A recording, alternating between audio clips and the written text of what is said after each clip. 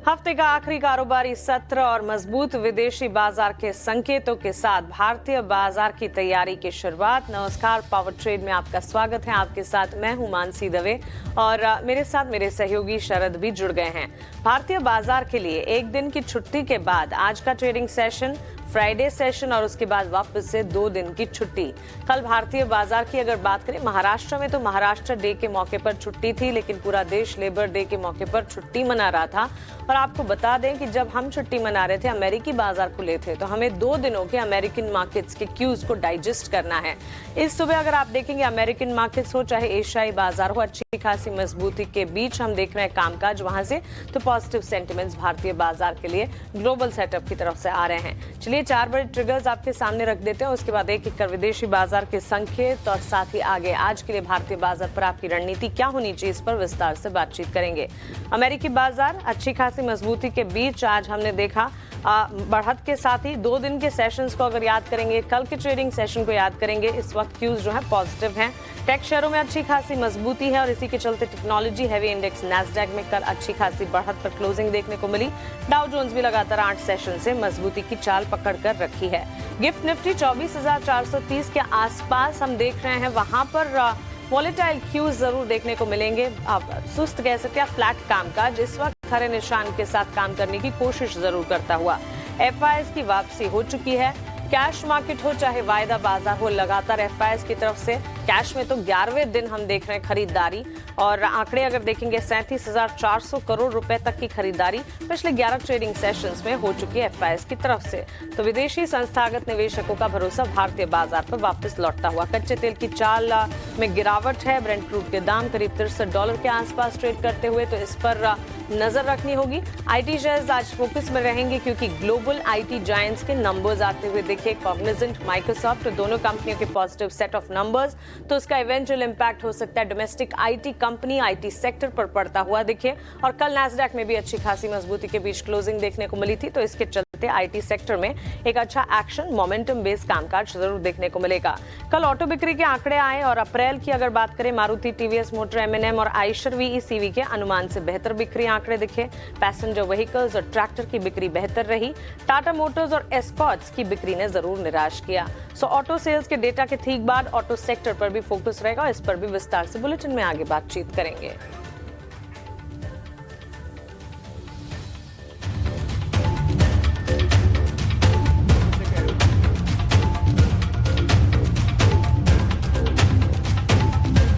ये कुछ एक अहम ट्रिगर्स थे जो आप विंडोज़ में देख पा रहे थे इस समय, और अब हम जरा ग्लोबल मार्केट्स की तरफ आगे बढ़ जाते हैं, जहां से जो संकेत हैं कम से कम ओपनिंग के लिए बहुत इंपॉर्टेंट हो जाते हैं। शरद मेरे सहयोगी मेरे साथ जुड़ रहे हैं। आज हफ्ता छोटा है, कल एक दिन की छुट्टी थी, फिर 2 दिन की छुट्टी है, आज शुक्रवार का दिन है, तो ग्लोबल मार्केट से क्या संकेत है शरद, एक बार जरा वो बता दीजिए please. Good morning. Good morning Dimpy, Mansi.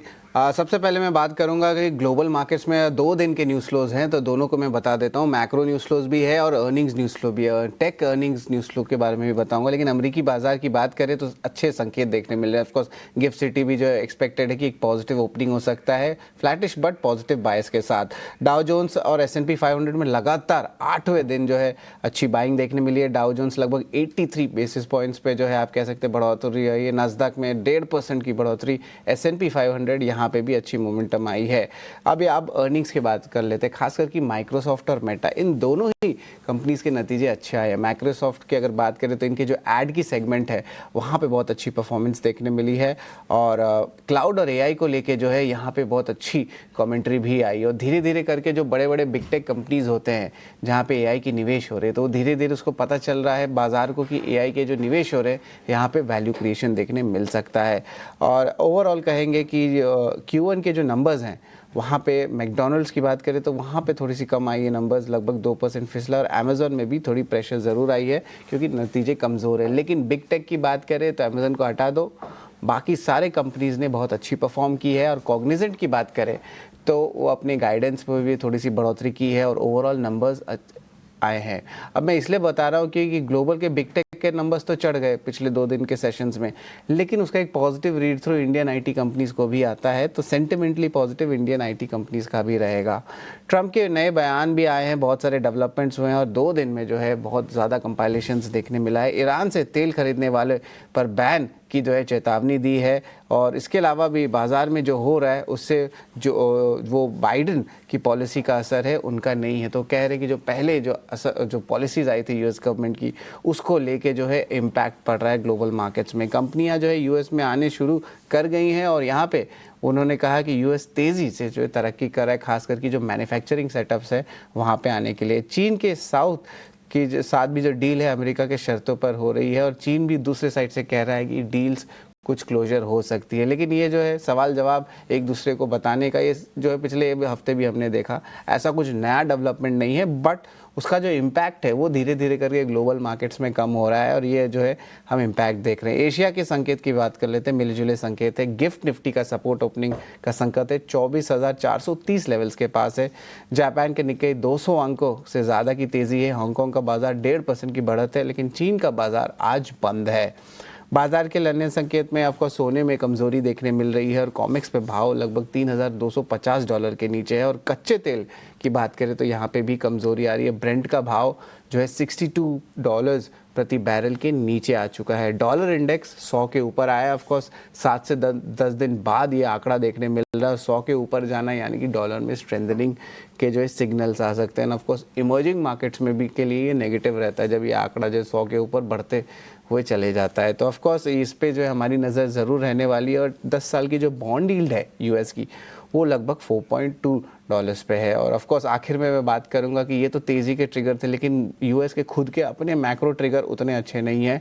यहाँ पे ऑफकोर्स देखें तो मैक्रो में यूएस मैन्युफैक्चरिंग एक्टिविटी, इसमें बड़ी गिरावट आई है नवंबर से। यूएस के जॉबलेस क्लेम्स भी जो है ज़्यादा बढ़ गए हैं और इम्पॉर्टेंटली यूएस की जो जीडीपी कॉन्ट्रैक्शन है, पहली बार गिरावट देखने मिली है अब ऑलमोस्ट 3 साल में। तो मैक्रो डेटा यूएस का तो पूरा ख़राब आ रहा है, कमेंट्री दुनिया भर से हो रही है, लेकिन धीरे धीरे जो है ट्रेड्स नॉर्मलाइज हो रहे हैं, तो इस पे भी नज़र रखिएगा। एब्सोल्युटली। तो चलिए पूरा का पूरा विदेशी बाजार का लेखा जोखा इस वक्त आपके सामने। On the face of it भारतीय बाजार के लिए सब कुछ ठीक ठाक नजर आ रहा है। इस वक्त एशियाई बाजार की अच्छी शुरुआत होती हुई अमेरिकी बाजार में लगातार 2 सेशन से मजबूती के साथ कामकाज। अमेरिकन आईटी हैवी वेट्स में जो एक्शन है उसका इम्पैक्ट भारतीय बाजार की आईटी कंपनियों पर पड़ता है नहीं, इस पर नजर रहेगी। वहीं वहां पर ग्लोबल इकोनॉमिक इंडिकेटिव फैक्टर्स अगर देखें, इकोनॉमिक इंडिकेटिव एक्शंस अगर देखें, आंकड़े वहां पे जीडीपी वगैरह के कमजोर हैं, लेकिन उसका असर भारतीय बाजार पर नहीं पड़ेगा। उनकी इकोनॉमी जो है वो वीक जरूर होती नजर आ रही है। गिफ्ट निफ्टी की तरफ से इम्प्लाइड ओपन फ्लैट कामकाज वहां पर जरूर देखने को मिल रहा है। कमोडिटी मार्केट में भी हम देखेंगे एक सीमित दायरे में ही कामकाज आज के सत्र में इस वक्त नजर आ रहा है। लेकिन चलिए अब आगे बढ़ेंगे और भारतीय बाजार के लिए आज की तस्वीर कैसी नजर आ सकती है, कहां से संकेत पॉजिटिव मिल रहे हैं और इंडेक्सेस पर आपकी स्ट्रैटेजी क्या होनी चाहिए, इस पर विस्तार से बातचीत करते हैं। सबसे पहले एफआईएस के आंकड़े आपके पास आ जाएंगे। 30 अप्रैल के सेशन के खरीदारी के आंकड़े यहां पर एफआईएस की तरफ से और साथ ही डीआईएस की तरफ से। एफआईएस की अगर बात करें, प्रोलॉन्ग्ड सेलिंग सेशन देखने को मिले थे और उसके बाद अब लगातार पिछले 11 सेशन से हम देख रहे हैं कि एफआईएस की खरीदारी जो है वो वापस लौटती हुई भारतीय बाजार में देखने को मिली है, which is a big positive in itself. और इस खरीदारी के मेजर रीजंस की अगर बात करिए, शिफ्ट एट्रीब्यूटेड है क्योंकि यूएस डॉलर सॉफ्ट होता नजर आया, ट्रेड टेंशंस कम हुए और इन्वेस्टर सेंटिमेंट जो है, जो पिछले दिनों गड़बड़ाए थे, वो ठीक ठाक नजर आए। लगातार हम देख रहे हैं एफआईएस की खरीदारी और ताजा आंकड़ों की अगर बात करें, 11 दिनों में करीब 37,400 करोड़ रुपए के शेयर्स खरीदे गए हैं। एफआईएस के डेटा तो जानेंगे ही। Dimpy good morning. लेकिन दिल्ली की कह सकते हैं मौसम जो है वो बदला है। आज सुबह वहां बारिश और ओले गिरे हैं, सुना है। बिल्कुल ज़बरदस्त बारिश है और सुबह ये 4:30-5 बजे से हो रही है। अगर आपकी आदत नहीं है सुबह 4:30 या 5 बजे उठने की, तो मौसम ने आज आपको उठाया है। पहले आंधी, फिर ओला वर्षा, अब बारिश हो रही है और येलो अलर्ट भी है दिल्ली एनसीआर में। दिल्ली वालों को इस तरह की आदत नहीं है सुबह सुबह उठ के बारिश इस तरह से देखने की। मुंबई में मैं रहा हूँ तो वहाँ पे तो लगातार कई दिनों तक बारिश होती रहती है, बट दिल्ली में जब भी बारिश होती है तो अपने आप में एक मौका और एक दस्तूर बनता है। और आज फ्राइडे का सेशन है, अर्ली मॉर्निंग बारिश हो रही है, बच्चों को स्कूल जाने में थोड़ी दिक्कत हो रही है और ऑफिस गोइंग्स को भी थोड़ी सी दिक्कत अभी शुरू हुई है। आई होप सो ये येलो अलर्ट है, दोपहर तक सब कुछ नॉर्मल हो जाएगा। बट हाँ, ये रिक्वायर्ड भी थी बारिश, जिसको आपने भी नोटिस करवाया है। डिम्पी, आगे बढ़ेंगे। इनफैक्ट दिल्ली वासियों को हिदायत ज़रूर है कि ये मौसम में जो बदलाव है उसमें अपनी सेहत का बिल्कुल ध्यान रखें। डिम्पी, एफआईएस डीआईएस का एक्शन और डेटा क्या बता रहे हैं?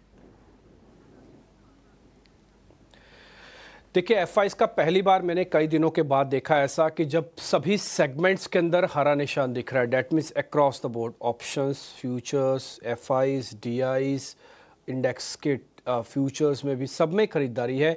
एक भी सिंगल आंकड़ा आपको ऐसा नहीं दिखेगा जहां पर आपको रेड निशान या फिर लाल निशान दिखे। एक और चीज़ मैं बता देता हूं, पिछले कई दिनों से एफआईज की होल्डिंग बढ़ रही है। अब ये बढ़ते बढ़ते 46% हो चुकी है। आई रिपीट 46% हो चुकी है एफआईज की होल्डिंग। और ये जब सीरीज़ में लास्ट टाइम जब हम हाई बना रहे थे, बैंक निफ्टी ने अपना हाई क्रिएट किया था, तब हम 34% पे थे। इसका मतलब 12% की लॉन्ग पोजीशंस हमने इस सीरीज़ के एंड में और नई सीरीज़ के शुरुआत में बनाई है। ध्यान रखिएगा, नई सीरीज़ की जो शुरुआत हुई थी वो 25 तारीख से हुई थी और बीच में कुछ छुट्टी लगी हैं, तो 25 से 2 यानी कि करीब करीब 5-7 दिन हो गए। इस 5-7 दिन में जब से सीरीज़ स्टार्ट हुई है तब से एफआईज की होल्डिंग तो बढ़ रही है बट बाजार नहीं बढ़ रहा। ये आप चीज़ नोटिस करेंगे। मैं आपको चार्ट में भी दिखा देता हूँ। एक बार अगर आप दिखाना चाहें तो निफ्टी का चार्ट दिखाइएगा, उससे आपको आइडिया लग जाएगा मैं क्या बात कहना चाहता हूँ। ये कंसोलिडेशन एफआईज की होल्डिंग के बीच में बढ़ते हुए हो रहा है, ठीक है ना। तो जो 46% मैंने आपको बताया अभी मैं थोड़ी ही देर में आपके सामने वो निफ्टी का चार्ट भी लेके आऊँगा, जिससे वो कंसोलिडेशन आपको दिख पाएगा कि जिस कंसोलिडेशन की मैं बात आपसे कर रहा था। अगर आप स्क्रीन पे देखेंगे तो आपको वो नज़र आने लगेगी। ये वाला वो हिस्सा है जो नई सीरीज़ की शुरुआत हुई है और इसके अंदर अभी तक कोई भी मेजर मोमेंटो नहीं आया। ये हम लास्ट सीरीज़ तक देख के आए थे, इस सीरीज़ के अंदर हम देख रहे हैं ये देखिए पूरी तरह से एक मेजर मोमेंटो की वेट हो रही है। खैर इसके बारे में मैं आगे जिक्र करूंगा। मैं वापस एफआईज पे लौट आता हूँ। दूसरा पॉइंट, अब रिटेल की होल्डिंग एफआईज से कम हो गई है।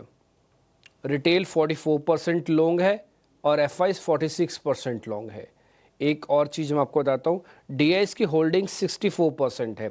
इन तीनों का मतलब क्या? इन तीनों का मतलब यह है कि बाजार काफ़ी स्ट्रॉन्ग हैंड्स में है।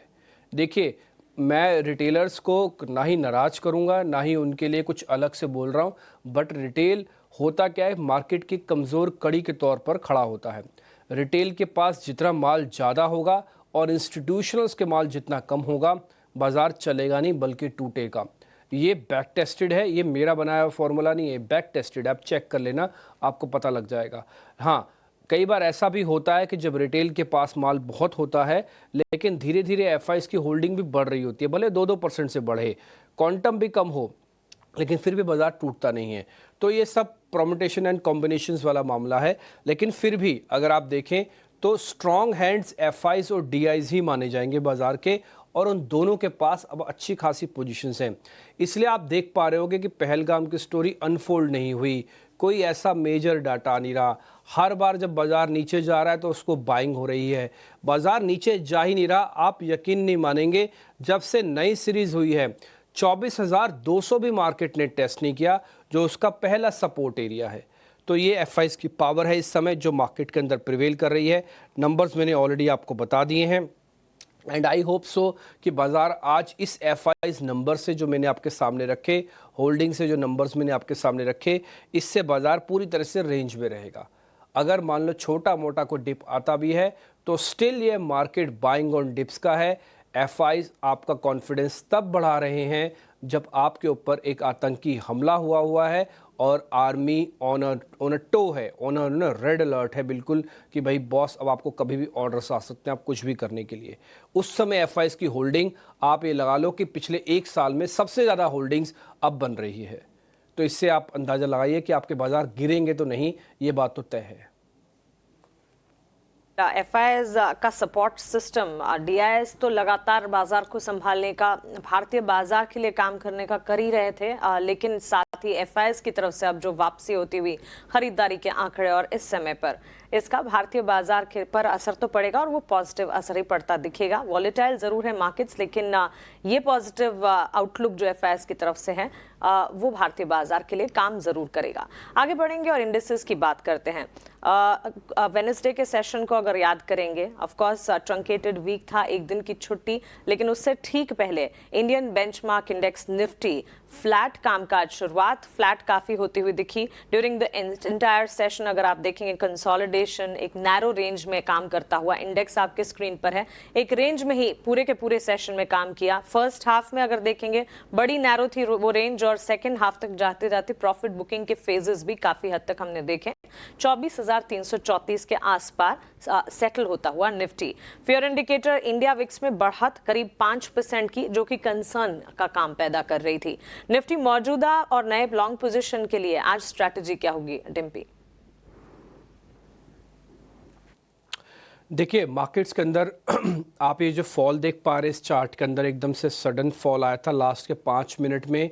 लेकिन अगर आप एडजस्टमेंट्स देखेंगे, यानी कि फॉल की, आपको पता है फॉल 90 पॉइंट का था करीब करीब निफ्टी का, उस समय 90 पॉइंट तक निफ्टी ड्रैग हो गई थी।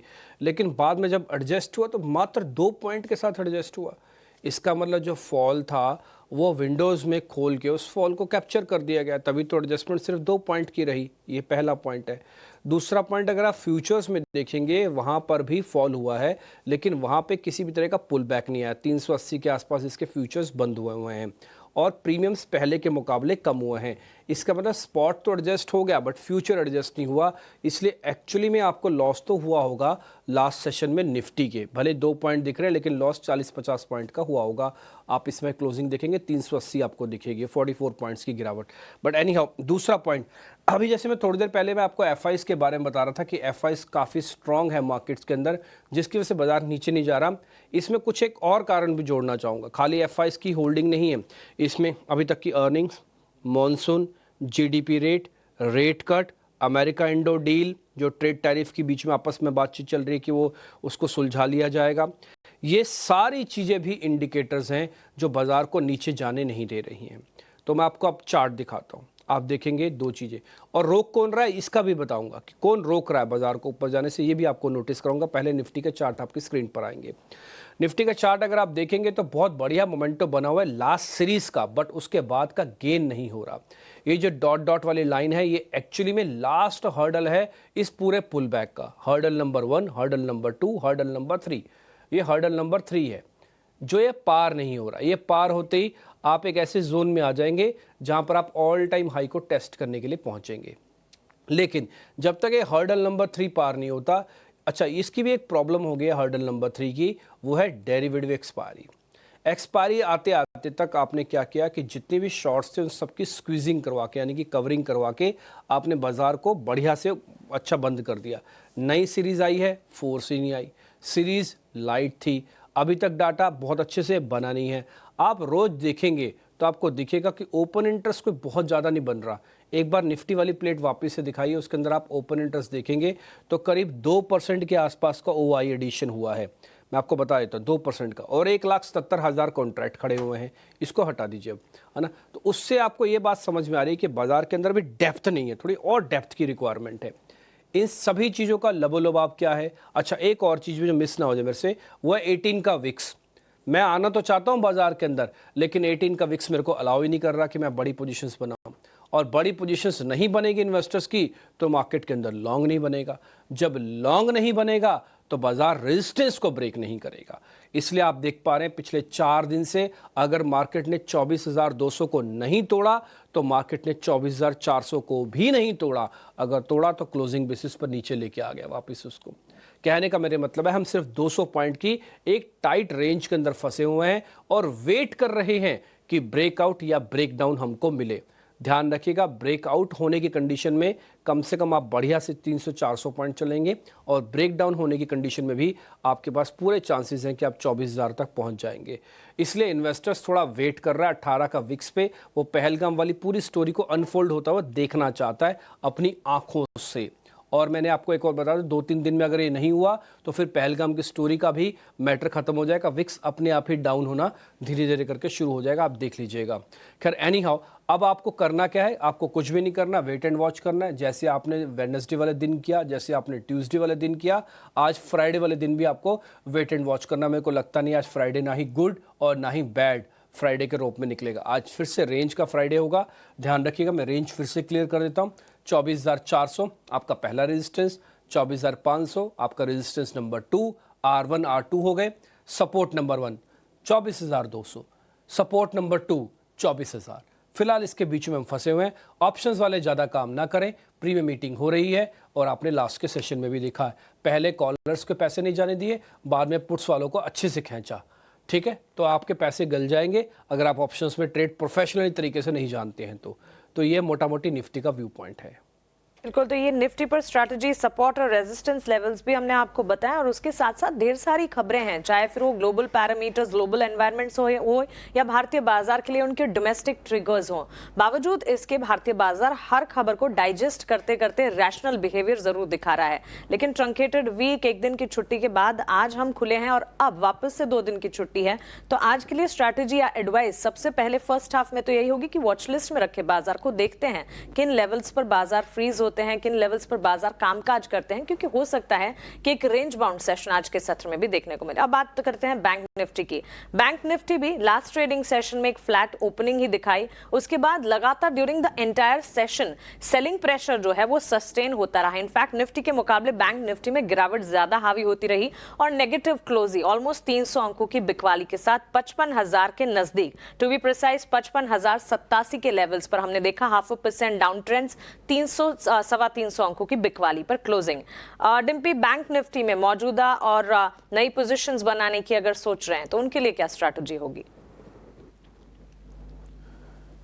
देखिए, बैंक निफ्टी के मुकाबले थोड़ा कमज़ोर इसलिए था क्योंकि चला भी ज़्यादा हुआ है। पहला पॉइंट तो ये मैं रीजनिंग का दे सकता हूँ। दूसरा पॉइंट मैं आपको चार्ट्स में दिखाऊंगा। मैंने लास्ट टाइम भी आपको बताया था, जब डेरिवेटिव एक्सपायरी हुई थी तो सारा डाटा, सारी कैलकुलेशन ये कह रही थी कि बैंक निफ्टी 54,000 तक जाएगा, लेकिन बैंक निफ्टी पहुंचा 55,500 तक और उसके भी ऊपर तगड़ा पहुंच गया था। ये हमने वो लाइन ड्रॉ कर रखी है जिसको ऑर्बिटल लाइन कहते हैं। ऑर्बिटल लाइन है, ऑर्बिट का हिस्सा है। बाजार की एक्सपायरी ने इतना जोर का धक्का मारा इसको पुल बैक का कि अपनी रेंज को तोड़ के नए ऑर्बिट में चला गया, यानी कि नए ध्रुवीकरण में चला गया, नए एरियाज में चला गया। वहां जाके ये घूम रहा है अभी भी और इसको कोई मेजर सपोर्ट नहीं मिल रहा। या तो ये इस लाइन के नीचे आ जाए तो फिर अपने घर में वापस आ जाएगा, तब इसमें सारी ग्रेविटेशनल फोर्स काम करना शुरू हो जाएंगी। अगर जब तक इस लाइन के ऊपर है, इस पे अभी भी कोई भी टेक लेना बड़ा मुश्किल है कि आप क्या करेंगे क्या नहीं करेंगे। इसलिए बैंक निफ्टी को ज़्यादा वॉलेटाइल, ज़्यादा अनप्रेडिक्टेबल मैं थोड़ा समझता हूँ और इसमें ट्रेड करना बड़ा मुश्किल है। ये तेज़ी का भी और मंदी का भी ट्रेड करना बड़ा मुश्किल है, क्योंकि अगर मंदी आनी ही होती तो इसको 6 दिन नहीं लगते, ये अपने इस ऑर्बिट वाली लाइन से नीचे ही नहीं आ रहा। तो मंदी और तेज़ी दोनों ही इस समय बैंक निफ्टी में करना बड़ा मुश्किल है। ये पहला पॉइंट है। और वॉलेटिलिटी इंडेक्स यानी कि विक्स का एक्चुअली में असर ज़्यादा इस पर पड़ रहा है। अब एक और पॉइंट बताता हूं कि उस दिन बैंक निफ्टी के अंदर क्यों ज़्यादा गिरावट चल रही थी। असल में करीब 12-13 शेयरों में से करीब 9 शेयर ऐसे थे बैंक निफ्टी के जो लाल निशान में थे, जबकि निफ्टी के अंदर आंकड़ा ऐसा नहीं था। निफ्टी पे रिलायंस जैसा बड़ा वेटेज वाला प्लेयर बाजार को संभालने का काम कर रहा था। तो एक डाइवर्जेंस हो गया जो कि बैंक निफ्टी को ज़्यादा कमज़ोर कर रहा था और निफ्टी को स्ट्रांग रखे हुए था। एक चीज़ का मैं और आपको बता देता हूँ, शायद काफ़ी सारे लोग इसको भूल भी गए होंगे, नोटिस नहीं करते होंगे। हमने करीब 8% के डाइवर्जेंस के साथ अभी भी खड़े हुए हैं, यानी कि बैंक निफ्टी ने जब अपना ऑल टाइम हाई लगाया, निफ्टी उस समय 9% नीचे था अपने ऑल टाइम हाई से। तो ये बात ध्यान रखनी चाहिए कि बैंक निफ्टी ऑलरेडी पहले ही आपको बहुत ज़्यादा रिटर्न और उम्मीद से ज़्यादा रिटर्न दे चुका है। तो इसलिए बैंक निफ्टी को प्रेडिक्ट करना और इसके अंदर से सेलिंग और इस समय बाइंग करना थोड़ा मुश्किल है। जब तक ये 54,000 पे नहीं आता, मैं किसी भी तरह की कोई कैलकुलेशन इसमें से नहीं करूँगा। तो मेरे लिए पहला सपोर्ट जो नियर बाय का सपोर्ट है वो तो 55,000 का है। दूसरा है 54,800 का। 54,800 ब्रेक करते ही फिर मैं सोचूंगा कि बैंक निफ्टी का क्या करना है। जब तक 54,800 ब्रेक नहीं होता, बैंक निफ्टी अपने इसी ऑर्बिट के अंदर घूमता रहेगा, जिस ऑर्बिट के अंदर अभी आपको मैंने चार्ट्स में दिखाया है। करना क्या है सर? फिर करना आपको कुछ भी नहीं है, महंगा लेना नहीं, डिप के लिए वेट करो। बोले डिप नहीं आया तो फिर मत लो। ये आपको फैसला करना है कि मेरे को महंगा लेना है कि मेरे को वैल्यू हंटिंग करनी है। देखो, वैल्यू हंटिंग करने में आपको वेट होती है। आप शिकार पे जाते हो ना, तो कई बार शिकार करने पे आपको वेट करना पड़ सकता है। आपका शिकार मिले नहीं मिले, आपको 4-4 घंटे वेट करना पड़ सकता है। नहीं कि जंगल में पहुंचे तुरंत शिकार हो गया। कई बार वेट भी करना पड़ेगा। ऐसे ही इस समय मार्केट है। और एक और बात, कई बार ऐसे दिन आते हैं जब इंडेक्स से पैसा नहीं बनता। पिछले 5 दिन से इंडेक्स से पैसा नहीं बना। क्या पिछले 5 दिन में मार्केट में पैसा बना ही नहीं? भर भर के बना है, अगर आपने स्टॉक्स का सिलेक्शन अच्छा किया है और अर्निंग्स वाले शेयर आपने अच्छे चेक किए। मैं फिर से बोलता हूं, अभी वो दिन चल रहे हैं जब इंडेक्स से पैसा बनाना बड़ा मुश्किल है, लेकिन स्टॉक से पैसा बनाना बहुत आसान है। ये आप खुद अपनी स्क्रीन पर अलग अलग स्टॉक्स के रिजल्ट्स में या फिर किसी खबर के इम्पैक्ट पे देख पा रहे हो। इसलिए इंडेक्स को कुछ दिनों के लिए छोड़ दो, इसको थोड़ा शांति से भी रहने दो। अभी निफ्टी के अंदर भी, बैंक निफ्टी के अंदर भी कोई ट्रेड नहीं है। सपोर्ट नंबर 1 मैंने आपको बता दिया, 55,000 है। सपोर्ट नंबर 2 54,800 है। 54,800 जाने के बाद फिर सोचेंगे, और ऊपर आते समय 55,500 और 55,800 है। आप स्टॉक्स की तरफ ध्यान दो, इंडेक्स को कुछ दिनों के लिए आराम करने दो और इंडेक्स को कुछ दिनों के लिए कंसोलिडेट होने दो। ये इंडेक्स की सेहत के लिए बहुत अच्छा है। ज़्यादा एग्रेशन दिखाएगा, इंडेक्स थक जाएगा और आपसे पैसा बनाना बड़ा भारी हो जाएगा। ठीक है जी, तो ये मैंने रफ आपको सारी चीज़ें, सारी कैलकुलेशंस बता दी। कुछ और इंपॉर्टेंट डाटा होगा तो हम कार्यक्रम के दौरान उसके सामने, आपके सामने हम रखते चलेंगे। किरण जानी और आदित्य अग्रवाल आज के हमारे 2 शुरुआती मेहमान हैं। उसके बाद और मेहमानों का कुनबा भी धीरे धीरे करके जुड़ेगा, तो हम सब कुछ आपके सामने रखते चलेंगे। लेकिन किरण जानी से पहले उनका स्वागत करते हुए एक बार टेक ले लेते हैं निफ्टी और बैंक निफ्टी का। किरण सर नमस्ते, आप जरा निफ्टी और बैंक निफ्टी पे बताइए, अगर हमने कहीं कुछ गलत बोला उसको ठीक कीजिएगा और अपना वैल्यू एडिशन भी डालिए।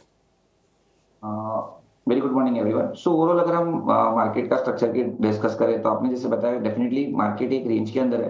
काफी एक अच्छी रैली आ चुकी है और साथ साथ में डोमेस्टिक जो जियोपॉलिटिकल टेंशन है उसको लेते हुए कॉशियस अप्रोच सभी लोग रख रहे हैं। लेकिन एक दो चीज जो मुझे पॉजिटिवली लग रही है वो है यूएसडी आईएनआर। आप यूएसडी आईएनआर देखो तो कंटिन्यूसली आईएनआर जो है वो अप्रिशिएट हो रहा है। वो एक कहीं ना कहीं अपने मार्केट के लिए काफी एक पॉजिटिव साइन है। आपने देखा होगा कि लास्ट सितंबर में 83 से 88 तक की रैली हुई यूएसडी आईएनआर में, यानी कि अपना जो आईएनआर है वो डेप्रिशिएट हुआ और हमारा जो इंडेक्स है वो 26,000 से 22,000 आ गया। अब 88 से वापस आप 84-85 के बीच में है और हमारा इंडेक्स 22,000 से 24,000 तक पहुंच चुका है। तो कहीं ना कहीं ये कोरिलेशन और भी ज्यादा वर्कआउट करेगा। यहाँ से आईएनआर जितना भी पॉजिटिव होगा उतना हमारे मार्केट के लिए तेजी के आसार यहाँ पे हमें देखने को मिल सकते हैं। तो बाय ऑन डिप्स की ही स्ट्रेटेजी रखनी चाहिए। निफ्टी में लेवल वाइज 24,000 की 200 दिन की मूविंग एवरेज है। सो कोई भी डिप आए आप लॉन्ग कर सकते हो। करंट मार्केट प्राइस अगर आप लॉन्ग करो तो 24,000 का स्ट्रिक्ट स्टॉप लॉस रखना।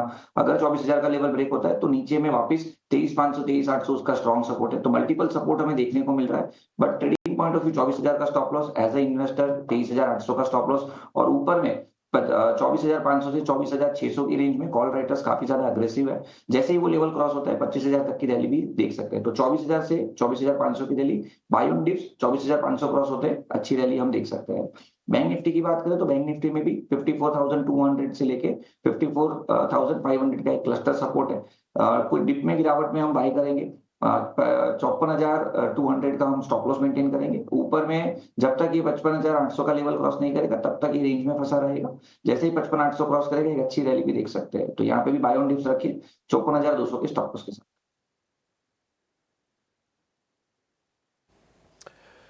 ठीक है, तो ये आपके लिए स्टॉप लॉस और टारगेट हो गए हैं। जैसे मैंने आपको 54,800 बताया था, एग्जैक्टली किरण सर ने भी वही बताया। बाइंग ऑन डिप्स करने की जरूरत है। रफ वही सारी बातें हैं जो अभी अपने आपके सामने रखी हैं।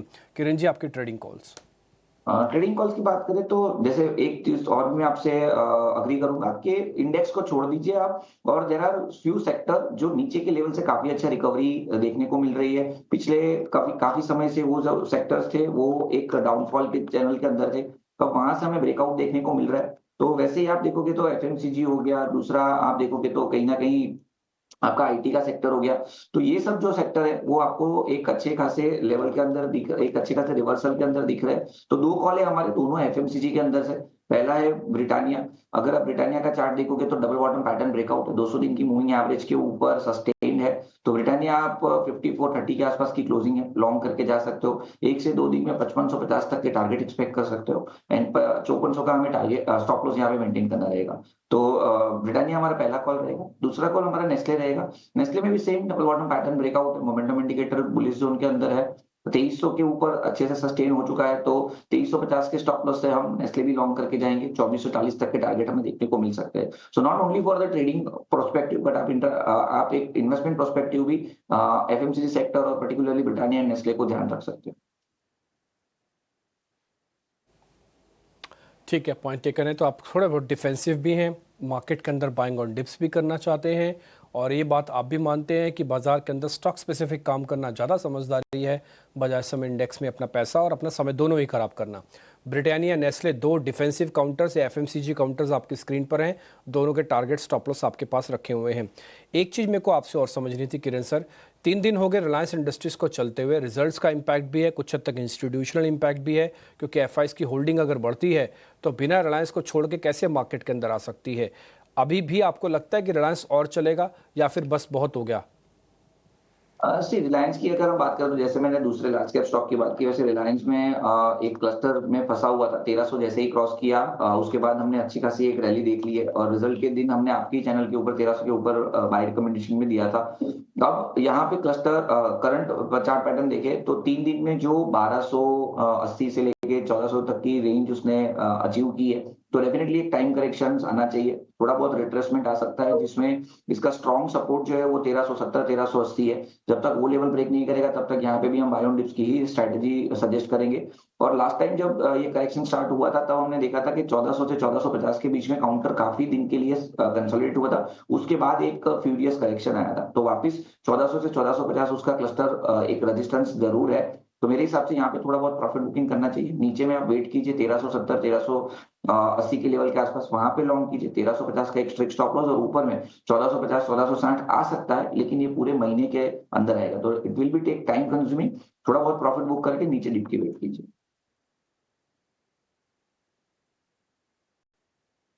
और ये हैवी वेट जो है पिछले कुछ ट्रेडिंग सेशन से फोकस रेडार पर हैं, बिकॉज नतीजे आने के बाद मोमेंटम बेस्ड कामकाज देखने को मिल रहा है। कई सेशंस के साइडवेज एक्शन के बाद, डाउन ट्रेंड्स के बाद रिलायंस में लगातार 2 सेशन की जो मजबूती है, इस मजबूती के बाद ये एक्सपर्ट्स के रेडार पर ब्रोकरेजेस का भी भरोसा, ब्रोकरेजेस के टेक्स इनफैक्ट इस पर बनते हुए, और हमारे टेक्निकल एक्सपर्ट्स और फंडामेंटल एक्सपर्ट्स से लगातार इस पर हम राय भी ले रहे हैं।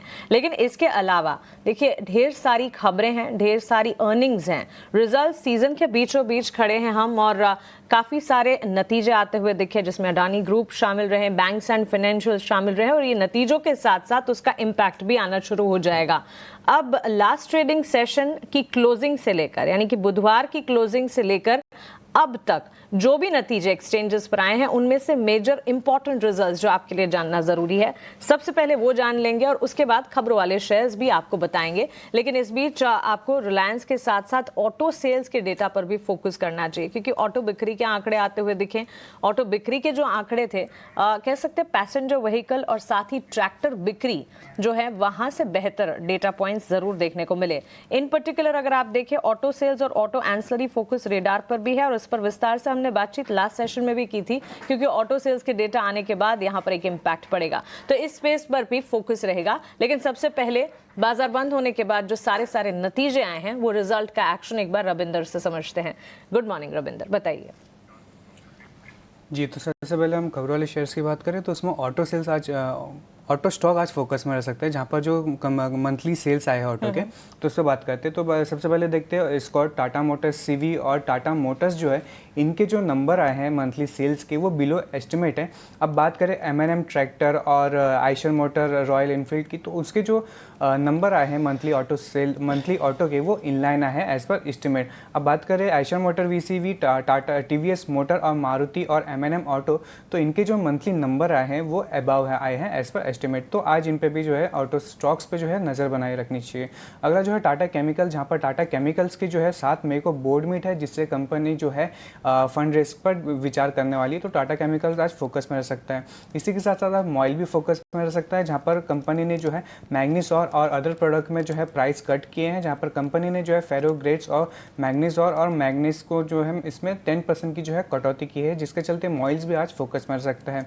अगला जो है हिंदुस्तान एरोनॉटिक्स, जहाँ पर हिंदुस्तान एरोनॉटिक्स की जो एडवांस लाइट हेलीकॉप्टर है, उनको जो है आर्मी और एयरफोर्स के लिए जो है ऑपरेशन के लिए क्लियरेंस मिला है डेफिशिएंट इन्वेस्टिगेशन कमेटी से। इसी के साथ साथ NTPC ग्रीन भी फोकस में रह सकता है, जहाँ पर NTPC ग्रीन ने जो है 500 मेगावाट प्लांट कैपेसिटी में से 75 मेगावाट का जो है सक्सेसफुल कमीशन किया है प्लांट का, जिसके चलते NTPC ग्रीन भी आज फोकस में रह सकता है। अगला जो है NMDC, जहाँ पर NMDC ने जो है आयरन ओर के जो है प्राइस फिक्स किए, जहाँ पे उन्होंने लम का जो प्राइस है 6,440 पर टन का रखा है। वहीं अगर बात करें फाइन्स की, तो फाइन्स जो है उन्होंने 5,500 पर टन का रखा है। इसी के साथ साथ एनबीसीसी भी फोकस में रह सकता है, जहाँ पर एनबीसीसी को जो है अप्रॉक्स 96 करोड़ का जो है वर्क ऑर्डर मिला है Sushma Swaraj institute of foreign service से। अगला जो है पेटीएम, जहाँ पर पेटीएम की जो आर्म पेटीएम क्लाउड टेक्नोलॉजी है, उन्होंने जो है पेटीएम अरब पेमेंट्स करके एक जो सब्सिडरी इनकॉर्पोरेट किया है यूएई में। इसी के साथ साथ एनसीसी भी फोकस में रह सकता है, जहाँ पर कंपनी को जो है अप्रैल मंथ में 1663 करोड़ का जो है वर्क ऑर्डर मिला है, जिसके चलते एनसीसी भी आज फोकस में रह सकता है। वरुण बेवरेजेस की बात करें तो वरुण बेवरेजेस में कंपनी ने जो है जो उनका प्रोडक्शन फैसिलिटी है बक्सर बिहार में, वहाँ का जो है उन्होंने कमर्शियल ऑपरेशन स्टार्ट कर दिया है, जिससे कि कंपनी जो है carbonated soft drink, juice based drinks और पैकेज ड्रिंकिंग वाटर का जो है कमर्शियल प्रोडक्शन करने वाली है। अगला जो है पावर ग्रिड, जहाँ पर बोर्ड ने जो है नए इन्वेस्टमेंट अप्रूवल दिए हैं, जहाँ पर कंपनी जो है 96 करोड़ का इन्वेस्टमेंट करने वाली है डिफरेंट प्रोजेक्ट के लिए। बात करें कॉग्निजेंट ने जो है अपने क्वार्टरली रिजल्ट अनाउंस किए, जिसके चलते आज इंडियन आईटी स्टॉक जो है फोकस में रह सकते हैं, जहां पर कॉग्निजेंट का जो नंबर है वो बेटर देन एस्टिमेटेड रहा है। अगर बात करें रेवेन्यू की, तो रेवेन्यू में जो है 7.5% की जो है अपटिक देखने को मिली है ईयर ऑन ईयर बेसिस पे। वही अगर बात करें ऑपरेटिंग मार्जिन्स की, तो ऑपरेटिंग मार्जिन्स में जो है 16.17 बेसिस पॉइंट का जो है अपटिक देखने को मिला है ईयर ऑन ईयर बेसिस पर। आखिर में बात करेंगे पीएनबी हाउसिंग की, जहाँ पर पीएनबी हाउसिंग में जो है एज पर रिपोर्ट जो है वहाँ पे एक ब्लॉक डील हो सकती है। ओके, सो ये सारी की सारी खबरें हैं और इन खबरों के चलते आपको ये सारे स्टॉक्स हैं जो कि फोकस रेडार पर रखने हैं। अब यहाँ पर देखिए पीएनबी हाउसिंग, एनबीसीसी, एनसीसी, ये सारे के सारे स्टॉक्स हैं जिस पर एक न्यूज़ बेस्ड एक्शन देखने को मिलेगा। लेकिन इसी के साथ साथ जहां हम आपको लगातार बता रहे थे ग्लोबल मार्केट में जो आईटी मेजर्स हैं, आईटी स्पेस से जुड़े स्टॉक्स हैं, उनके नंबर्स आए। कॉग्निजेंट और माइक्रोसॉफ्ट के नतीजे बेहतर रहे और इसी के चलते एक इम्पैक्ट आता हुआ देखने को मिलेगा डोमेस्टिक आईटी स्पेस में। क्या पड़ेगा या नहीं वो तो हम देखेंगे, लेकिन भारतीय आईटी सेक्टर की अगर बात करें, किरण गुड मॉर्निंग, अपनी खुद की चाल भी है और इनफैक्ट हम ये कह भी रहे थे कि करेक्शन का फेज आईटी सेक्टर के लिए जो है वो अब खत्म होता हुआ दिख रहा है। पिछले दिनों हमने देखा mid cap IT players, larger IT stocks में स्लो एंड इवेंचुअल मूवमेंट आना शुरू हो चुकी है। कॉग्निजेंट के तिमाही नतीजे तो आए ही हैं जो कि नतीजों से उम्मीद से बेहतर ग्लोबल बाजार में मार्केट्स में देखने को मिले और माइक्रोसॉफ्ट भी। लेकिन domestic IT, mid cap IT पर कोई टेक अगर आपकी तरफ से और कोई पर्टिकुलर स्टॉक अगर आपकी तरफ से बनता है?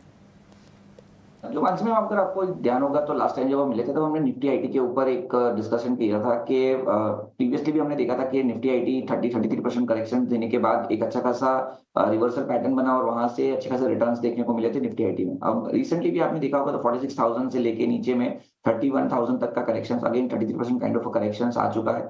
अब 31,000 से जो रिकवरी आई है, इंडेक्स वापिस 35,600 35,700 के आसपास ट्रेड कर रहा है, जो उसका प्रीवियस सपोर्ट था 20 डेज मूविंग एवरेज के ऊपर भी क्लोजिंग है, साथ साथ इंट्राडे चार्ट्स के ऊपर आप देखो तो कप एंड हैंडल पैटर्न भी है। तो जब तक ये इंडेक्स 35,000 के ऊपर या 34,400 के ऊपर है, there are very good chances कि हम एक अच्छी खासी रैली 39,000 तक देख सकते हैं। अगर इंडेक्स में 39,000 तक की रैली आती है तो mid cap and large cap दोनों आईटीज चल सकते हैं। तो मेरे हिसाब से दोनों में हमें एक मिक्स व्यू रखना चाहिए। तो लार्ज कैप में इन्फोसिस हमारा प्रिफर्ड पिक है। हमने लास्ट टाइम इसको 1480 के आसपास का लॉन्ग रिकमेंडेशन दिया था, 1500 के आसपास की क्लोजिंग है। अभी भी हम इस पे बुलिश है, यहाँ से करंट मार्केट प्राइस से लॉन्ग कर सकते हैं इन्फोसिस को। नीचे में जो स्टॉप लॉस रखना है वो 1450 का रखना है पोजिशनल स्टॉप लॉस, और जिस तरह के चार्ट पैटर्न है ऊपर में 1600 तक की एक रेंज इन्फोसिस में ओपन हो रही है। दूसरे जो स्टॉक्स है उसमें परसिस्टेंट हमें काफी अच्छा लग रहा है। अगर परसिस्टेंट का चार्ट आप देखोगे तो यहाँ पे भी सिमिलर पैटर्न है, एक राउंड नंबर पैटर्न ब्रेकआउट है, साथ ही साथ 50 दिन की मूविंग एवरेज के ऊपर स्टॉक सस्टेन है। तो परसिस्टेंट के ऊपर भी आप ध्यान दे सकते हो, 5300 के आसपास के क्लोजिंग में आप लॉन्ग कर सकते हो। एक जो स्टॉप लॉस हमें मेंटेन करना है वो 5200 का स्टॉप लॉस मेंटेन करना है, and there are very good chance कि हम ऊपर में 56-5700 तक की रैली भी देख सकते हैं। आई रिमेंबर आपने कैटेगोरिकली निफ्टी आईटी स्पेस पर और निफ्टी आईटी मेजर्स पर अपना टेक दिया था और इन्फोसिस पर भी अपनी राय रखी थी। इन्फोसिस पर तो मौके बनते हुए दिख ही रहे हैं, लेकिन परसिस्टेंट भी पोस्ट नंबर्स पॉजिटिव सेट देखने को मिला और उसके ठीक बाद अब अगर आपको एंट्री अपॉर्चुनिटीज मिलती है तो फिर इसमें एंट्री अपॉर्चुनिटी ढूंढनी चाहिए। 5,300 के लेवल्स के आसपास ये स्टॉक ट्रेड कर रहा है, 5,600 तक के लेवल्स भी देखने को मिल सकते हैं। इन्फोसिस में 1600 तक के टारगेट्स एक बार नजर आ सकते हैं। उन टारगेट्स को देखने के बाद फिर से एक बार रिविजिट करेंगे और किरण जी की राय आगे क्या बनती है इस पर भी वापस से उनसे एक रिव्यू आईटी स्पेस पर जरूर लेते रहेंगे। लेकिन चलिए अब आगे बढ़ेंगे और नतीजों की अब बात करते हैं। रविंदर, आप बताइए, बाजार बंद होने के बाद से लेकर अब तक जो मेजर नंबर्स आए, नंबर्स कैसे रहे?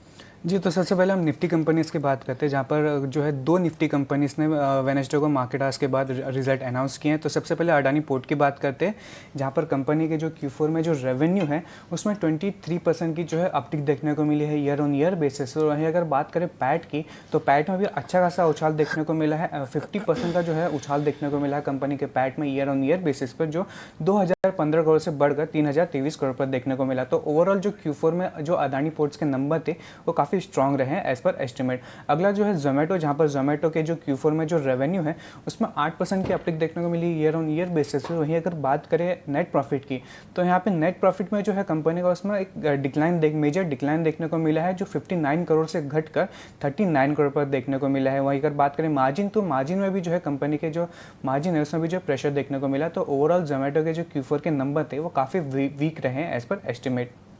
अगला जो है फेडरल बैंक, जहाँ पर फेडरल बैंक का जो नेट प्रॉफिट है उसमें अप्रॉक्स 14% का जो है अपटिक देखने को मिला है ईयर ऑन ईयर बेसिस पर। वहीं अगर बात करें एनआईए की, तो एनआईए में भी जो है 8 से 8.5% की अपटिक देखने को मिली है 2377 करोड़ की।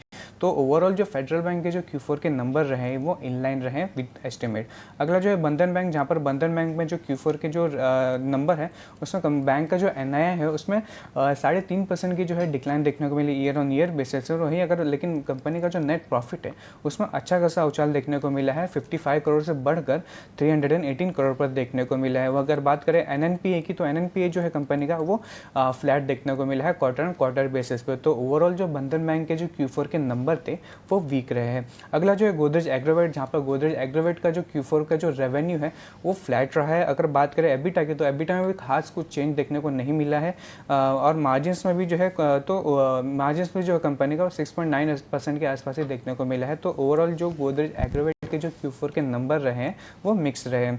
अगला जो है मॉइल, जहाँ पर कंपनी का जो रेवेन्यू है उसमें 4% के आसपास की जो है अपटिक देखने को मिली ईयर ऑन ईयर बेसिस। और अगर बात करें नेट प्रॉफिट की, तो नेट प्रॉफिट में भी अच्छा खासा उछाल देखने को मिला है कंपनी का, और मार्जिन में जो है 135 बेसिस पॉइंट का अपटिक देखने को मिला। तो मॉइल के जो नंबर थे Q4 के वो स्ट्रॉन्ग रहे हैं। अगला जो है फिनिक्स मिल, जहाँ पर कंपनी का जो रेवेन्यू है इसमें 23% की जो है डिक्लाइन देखने को मिली है ईयर ऑन ईयर बेसिस। और वहीं अगर बात करें मार्जिन्स की, लेकिन कंपनी का जो मार्जिन्स है वो 48% से बढ़कर 55.1% पर देखने को मिला है। लेकिन जो कंपनी का ओवरऑल जो Q4 का नंबर है वो वीक रहा है। अगला जो है अडानी एंटरप्राइज, जहाँ पर अडानी एंटरप्राइज का जो रेवेन्यू है Q4 का उसमें जो है 7% की डिक्लाइन देखने को मिली ईयर ऑन ईयर बेसिस। वहीं मार्जिन जो है कंपनी का वो 16% पर देखने को मिला है। तो ओवरऑल अडानी के जो है स्ट्रॉन्ग नंबर थे।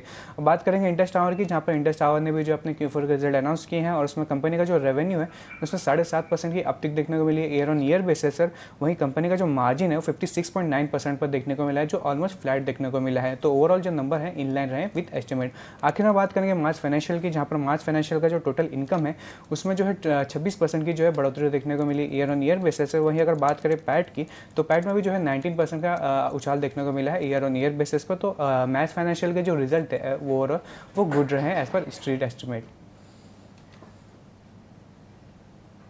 बिल्कुल रविंदर, शुक्रिया ये सारे के सारे खबरों वाले शेयर्स और रिजल्ट बैक्ड एक्शन हमें बताने के लिए। तो देखिए, एक दिन की छुट्टी के बाद ढेर सारी खबरें भी हैं जो कि हमारे पास है, और रिजल्ट का एक्शन देखिए कितना सारा। अडानी ग्रुप स्टॉक्स पर खास तौर से नजर रखनी होगी। नतीजे आए अडानी पोर्ट्स, अडानी एंटरप्राइजेस की, फेडरल बैंक, बंधन बैंक के नंबर्स आते हुए दिखे, तो इसी की तर्ज पर बैंक्स एंड फाइनेंशियल पर, इन दोनों पर नजर रखनी होगी।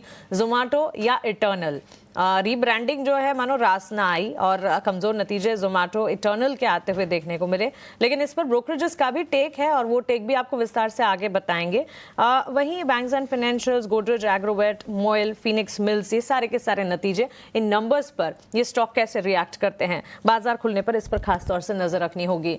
Kiran ji, banks and financials पर आपसे एक राय जरूर जानना चाहेंगे। बंधन बैंक के तो कमजोर नतीजे, लेकिन फेडरल बैंक के नंबर्स जो हैं अच्छे आते हुए देखने को मिले, और इसी के चलते आज के सत्र में फोकस रेडार पर भी रहेगा।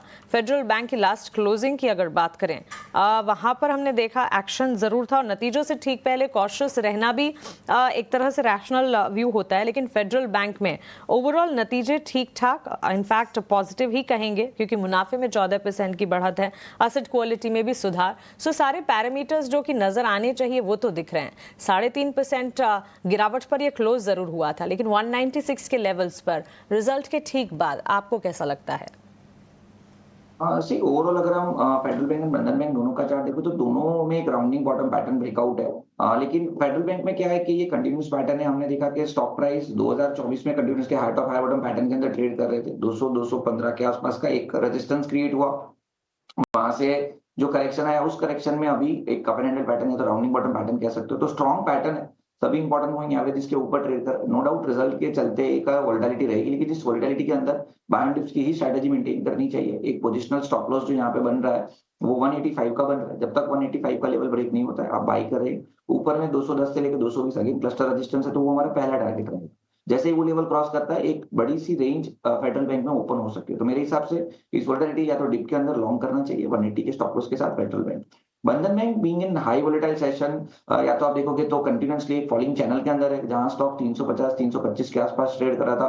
50% करेक्शन हो चुका है। अब यहाँ पे आप देखोगे तो फॉलिंग ट्रेंड लाइन ब्रेकआउट है। साथ ही साथ देखोगे तो 200 दिन की मूविंग एवरेज का रेजिस्टेंस जरूर है, लेकिन short term moving averages like 50, 20 and 100 days के ऊपर सस्टेन है। यहाँ पे भी एक राउंडिंग बॉटम पैटर्न ब्रेकआउट है, लेकिन जो सपोर्ट है वो काफी नीचे है 155, 154 के आसपास। तो 150 के नीचे का स्टॉप लॉस रख के बाय ऑन डिप्स की स्ट्रैटेजी बंधन बैंक में यूज करनी चाहिए।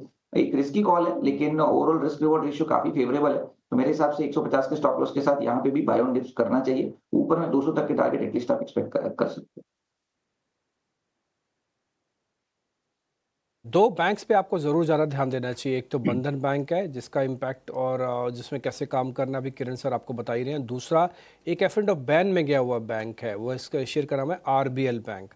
ये दोनों बैंक अपने बहुत इंपॉर्टेंट एरिया से निकल रहे हैं जिसे मैं कहूँगा, और काफ़ी सेंसिटिव है। तो इन दोनों पे ही रिजल्ट्स का इम्पैक्ट, खबरों का इम्पैक्ट बहुत आएगा और बहुत बड़ा लेवल पे भी आ सकता है। ठीक है, तो आप देखेंगे कमज़ोर बैंक की कड़ी में बंधन बैंक नंबर 2 पे लिखा है, और जो इस बैंक के बारे में अभी मैं जिक्र कर रहा था आरबीएल बैंक, वो एफ एंड बैन में है। ये उस दिन से बैन में चल रहा है जिस दिन से इसका नंबर आया और ये 10% ऊपर पहुंचा था, और ये सीरीज़ का पहला शेयर था जो बैन में गया। अभी तक ये इकलौता ही है जो बैन में है, जबकि मार्केट पूरी तरह से एक रेंज में है। इसलिए थोड़ा अटेंटिव रहिएगा और कुछ नहीं है। आईजीएल और एमजीएल दो ऐसे शेयर हैं जहाँ पे एक बढ़िया अच्छा ट्रेड बना था लास्ट सेशन के अंदर। विवेक कारवा भी हमारे साथ जुड़ चुके हैं। विवेक सर नमस्ते, थैंक यू वेरी मच समय देने के लिए। इन दोनों गैस वाली स्टॉक्स की कंपनी पर आपका टेक क्या, अगर आप इसको कवर करते हैं तो सर, आईजीएल और एमजीएल पे एक इन्वेस्टर के विजन के हिसाब से बताइएगा। गुड मॉर्निंग डिम्पी जी, सब पैनलिस्ट को गुड मॉर्निंग। देखिए आईजीएल और एमजीएल पे मैं दोनों गैस कंपनीज पे पॉजिटिव ओपिनियन देना चाहूंगा। आप अगर ओवरऑल गैस इंडस्ट्री है, आप चाहे मतलब पेट्रोनेट से लेके गुजरात गैस या फिर अडानी टोटल गैस, सबसे आप अगर कंपेयर करते हो तो मुझे लगता है कि एमजीएल और आईजीएल आज के दिन भी वैल्यूएशन वाइज जो कंफर्ट देता है वो बाकी पीयर ग्रुप में कोई शेयर्स नहीं देते हैं। और जो सरकार की कभी टैक्सेस और रेट्स बढ़ाने की बात आती जाती रहती है, मुझे लगता है कि वो काफी हद तक स्टेबलाइज हो गई है और फैक्टर्ड इन है प्राइसेस में। और उसके बाद में करेक्शन भी आया था स्टॉक्स पे, लेकिन आज जो वैल्यूएशन है वहां पे आपको इन स्टॉक्स पे बाई ही देखना पड़ेगा। और एक और चीज, उदाहरण के लिए आप अगर आईजीएल लेते भी हो तो एक तरीके से टोटली डेट फ्री कंपनी है। डिविडेंड पे आउट आज के दिन भी इसका बहुत बढ़िया है, और जो जो इनका रिकवरी रेट रहता है कस्टमर से वो भी काफी हद तक बहुत अच्छा है। और सिमिलरली आप अगर एमजीएल लेते हो तो ये भी आईजीएल के मुकाबले सिमिलर वैल्यूएशंस पे है, थोड़ा बहुत इनफैक्ट सस्ता ही लग रहा है। प्राइस करेक्शन भी देखिए ऑलमोस्ट 1009 से 1300 के आजू बाजू आज चल रहा है, तो वैल्यूएशन वाइज ये भी बहुत ठीक ठाक कंपनी है। तो मैं अगर इसका प्रोस देखूं तो मुझे प्रोस ज्यादा दिखता है और नेगेटिव एस्पेक्ट्स देखो तो कम दिखता है। तो ग्रोथ रेट आप अगर दोनों कंपनीज की देखते हो तो वो भी ठीक ठाक, इनफैक्ट एमजीएल की ऑलमोस्ट 18-19% के बीच में रहेगी पिछले 5-1 साल में। तो पॉजिटिव ओपिनियन रहेगा। Compare to other gas companies ये दो गैस कंपनीज क्योंकि ज्यादातर कंज्यूमर रिलेटेड भी है, मुझे लगता है कि पॉजिटिव रहना चाहिए। ठीक है सर, पॉइंट टेकन। आप पॉजिटिव बता भी रहे हैं, हम पॉजिटिव डाटा देख भी रहे हैं, और आप इन्वेस्टर्स के विजन के हिसाब से बता रहे थे, अगर जिनके पास पड़े हुए हैं ज़्यादा चिंता करने की ज़रूरत नहीं है।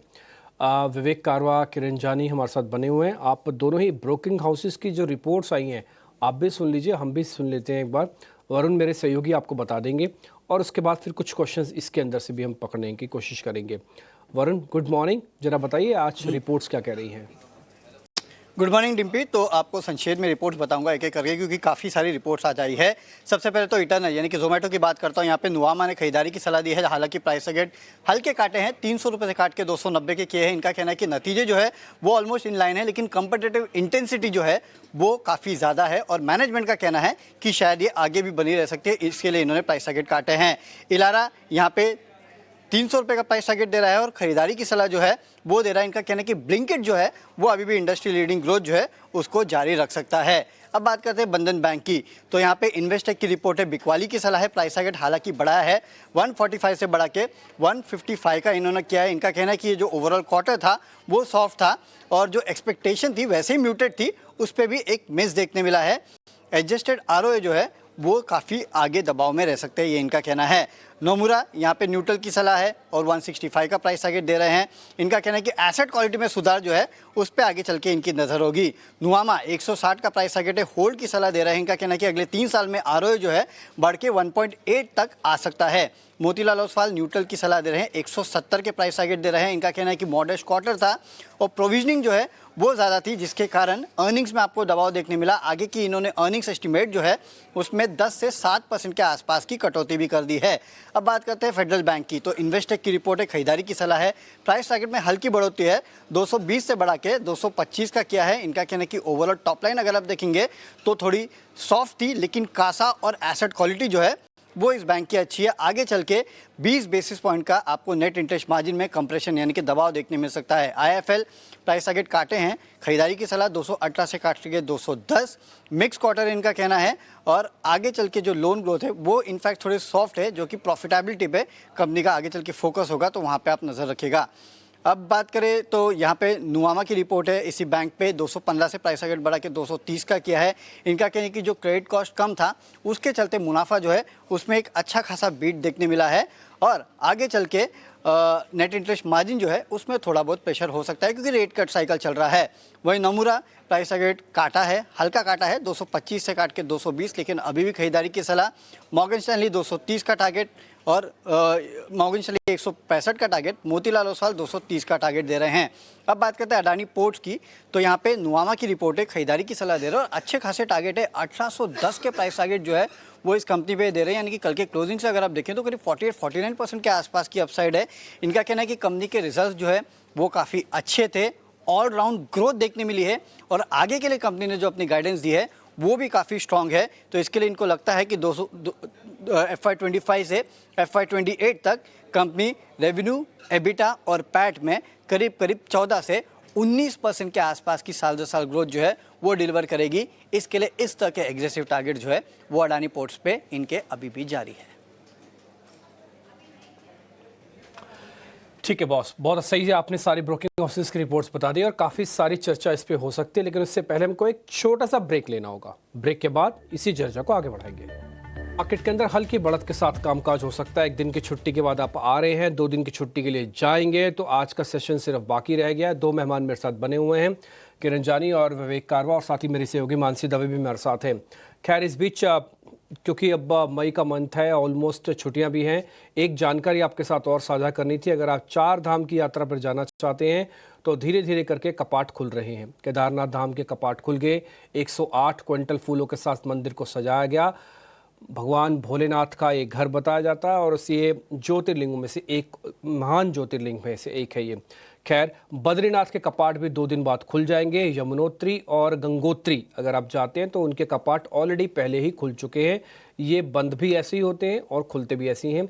और उसके बाद आज भगवान शंकर के जयकारों के साथ आज इस मंदिर के कपाट खुले सुबह 7 बजे, और लंबी लाइनें बताई जा रही हैं। करीब 15,000 लोग पहले ही दिन दर्शन करने के लिए पहुंचे हुए हैं। ये कुछ तस्वीरें वहां से जो आई हैं वो आप देखते ही बन रही है। इस समय तस्वीरें हैं, बहुत अद्भुत नज़ारा है। अगर कभी किसी को मौका मिले तो ज़रूर बद्रीनाथ और केदारनाथ जाना ही चाहिए। और रास्ते में यमुनोत्री और गंगोत्री भी पड़ता है। अगर आप वहाँ पर भी जाएंगे तो उत्तराखंड के 4 धाम, जिसे हम 4 धाम यात्रा कहते हैं, वो अपने आप में कंप्लीट हो जाएगी। खैर आगे बढ़ते, अब जरा मेहमानों से भी बातचीत कर लेते हैं और कुछ ट्रेड भी आपके सामने रखेंगे। थोड़ी देर में 9 बजे के नवरत्न शेयर भी आपके सामने होंगे। लेकिन अभी वरुण आपको ब्रोकिंग हाउसेस की रिपोर्ट्स बता के गए हैं। इंटरनल यानी कि जोमेटो, उसके बारे में एक टेक ले लेते हैं। विवेक सर, कोई दिक्कत तो नहीं ना जोमेटो में? शिवांगी शारदा भी दिख रही है स्क्रीन पे। शिवांगी नमस्ते, अभी आते हैं आपके पास और आपसे करते हैं बातचीत। पहले विवेक सर से एक बार जरा जोमेटो के बारे में आइडिया ले लें, जिसका नाम अब इटर्नल है। विवेक सर। डिम्पी जी देखिए, जोमेटो साल 1.5 साल पहले की बात होगी। 48-50 जब था तब लिया था और आप अपने चैनल पे भी मैंने बात की थी। और जब 305 गया था तब मैंने कहा था कि मैं सारा स्टॉक बेच चुका हूं, अब मेरे पास कुछ नहीं है। और उसके बाद में 320 गया था, लेकिन ठीक है मैंने 305 में बेचा। उसके बाद में री एंट्री अभी तक नहीं की है और री एंट्री करने का अभी भी कोई कारण नहीं लगता है मुझे, क्योंकि आप एक तो देखिए कंपनी डाइवर्सिफिकेशन कर रही है। अब अनरिलेटेड सेक्टर है या फिर उसका फायदा होगा ये तो समय बताएगा। ये आज कहना बहुत बहुत मुश्किल है। लेकिन जो बिजनेस कुछ कंपनीज ने, पेटीएम वगैरह ने बेच दिया था, उसको खरीद के इनको अगर प्रॉफिट वापस अगर दिखाना है तो हो सकता है कि बहुत समय लगे। और इन रिजल्ट्स के बेसिस पे आप अगर आज का रेट और आज का वैल्यूएशन देखो, 233 अगर आपका रेट है, यहाँ पे आप अगर वैल्यूएशंस देखो तो आप ये क्लियर कट अवॉइड शेयर रहेगा अभी के लिए। तो मैंने एक आध शो में ये भी कहा था कि अगर ये 170 180 आता है तो उस समय हम लोग इस पे सीरियसली देख सकते हैं। तो अवॉइड की ही सलाह रहेगी। और एक इसका देखिए बहुत बहुत क्लोज मुकाबला अगर आप करोगे तो स्विगी से करोगे। स्विगी भी करीबन 600 650 गया था, उसके बाद में आधा हो चुका है। तो आज स्विगी 315 320 है। तो इटरनल अगर 320 गया था तो उसका आधा क्यों नहीं होना? एक्चुअली लॉजिकली मुझे यही दिखता है। तो इसलिए मैं देख रहा हूँ कि 160 से लेके 180 आता है तो अच्छा रेट रह सकता है। लेकिन इन रेट्स पे मेरी तरफ से तो क्लियर कट अवॉइड रहेगा। विवेक, मुझे याद है इटर्नल पर आपका नजरिया, और इस वक्त भी अवॉइड कैटेगरी में ही आप इसे रख रहे हैं। और इनफैक्ट स्विगी वर्सेस जोमेटो लगातार इस पर चर्चा भी होती रही। और इस वक्त अगर आप देखेंगे जोमेटो या Eternal, weak set of numbers, revenues भले ही बढ़े हैं लेकिन मार्जिन्स टूटते नजर आए हैं और साथ ही मुनाफे के फ्रंट पर भी करीब 33-34% की गिरावट। इस बीच रुपए की ओपनिंग आपके स्क्रीन पर आप दिख रहे हैं, 40 पैसे मजबूती के साथ 84 के लेवल्स पर डॉलर के मुकाबले रुपए में इस वक्त ओपनिंग होती हुई। तो करेंसी में मजबूती है 40 पैसे की, और करेंसी की इस मजबूती पर भी फोकस रहेगा। डॉलर के मुकाबले मजबूत खुलता हुआ रुपया। हमारे साथ शिवांगी शारदा जुड़ गई है, आइए उनका स्वागत करते हैं। गुड मॉर्निंग शिवांगी, स्वागत है आपका 18 आवर्स स्वदेश पर। सबसे पहले बाजार खुलने से पहले आपकी नजर कहां पर है, कौन से स्टॉक्स हैं आपके रेडार पर, वही बताइएगा। बिल्कुल, वेरी गुड मॉर्निंग मानसी। तो हम देख रहे हैं कि बाजार में एक अच्छी सपोर्ट बेस बाइंग है और पॉकेट्स और सेक्टर्स में काफी अच्छी बाइंग देखने को मिल रही है। तो यहाँ पे सबसे पहला पसंदीदा काउंटर मेरा रहेगा भारती एयरटेल पे। इस स्टॉक ने लगातार पिछले 7 दिनों के लोअर टॉप लोअर बॉटम के बाद एक निगेशन दिखाया है, और ये एक अच्छी बात है कि हायर जोन्स पे ये वापस एक अच्छे रिट्रेसमेंट लेवल से टर्न होते हुए दिख रहा है। तो भारती एयरटेल काफी पॉजिटिव है, और पिछले सेशन में जिस तरह से हमने प्राइस और वॉल्यूम सर्ज देखी है, वो एक काफी एक पॉजिटिव यहाँ पे नजर आते हुए दिख रहा है। तो यहाँ पे खरीदारी की सलाह रहेगी। नेक्स्ट जो टारगेट्स है 1920 के बनते हुए दिख रहे हैं भारती एयरटेल में, और 1825 के एक स्टॉप लॉस के साथ। ओके तो चलिए ये एक टेक और बाजार खुलने से ठीक पहले शिवांगी के रेडार पर जो सारे स्टॉक्स हैं उस पर भी नजर। इस बीच हम देख रहे हैं गिफ्ट निफ्टी की तरफ से सुस्ती के ही संकेत मिल रहे हैं, लेकिन क्या विदेशी बाजार की तेजी भारतीय बाजार को पसंद आएगी या नहीं, इस पर खास फोकस हमें करना चाहिए। इस बीच ऑटो बिक्री के डेटा पर एक नजर होनी चाहिए। अप्रैल के ऑटो सेल्स के डेटा आते हुए दिखे and on the face of it numbers auto बिक्री के जो हैं वो अच्छे आते नजर आए। पैसेंजर व्हीकल सेल्स की अगर बात करें और ट्रैक्टर बिक्री की अगर बात करें, विवेक गुड मॉर्निंग। सीजनलिटी फैक्टर है, अब थोड़े ही दिनों में मॉनसून भी दस्तक दे देगा और उससे ठीक पहले ऑटो सेल्स के ये डेटा आंकड़ों की अगर बात करें, TVS motor, M&M, Eicher, VECV के अनुमान से बेहतर बिक्री आंकड़े रहे। टाटा मोटर्स और एस्कॉर्ट्स की बिक्री ने हालांकि निराश किया। स्क्रीन पर अप्रैल की ऑटो बिक्री के डेटा भी हम देख रहे हैं, जहां पर मिले जुले कमजोर और अच्छे सेट कहां पर देखने को मिले वो लगातार हम आपको बता रहे हैं। ऑटो और ऑटो एंसिलरी के चाल पर विवेक एक फंडामेंटल टेक आपसे। देखिए, ओवरऑल ऑटोमोबाइल पे मैं थोड़ा बहुत न्यूट्रल रहूंगा, लेकिन मुझे लगता है कि आप अगर स्पेसिफिक्स में जाओ तो M&M type of companies better लगती है यहाँ पे।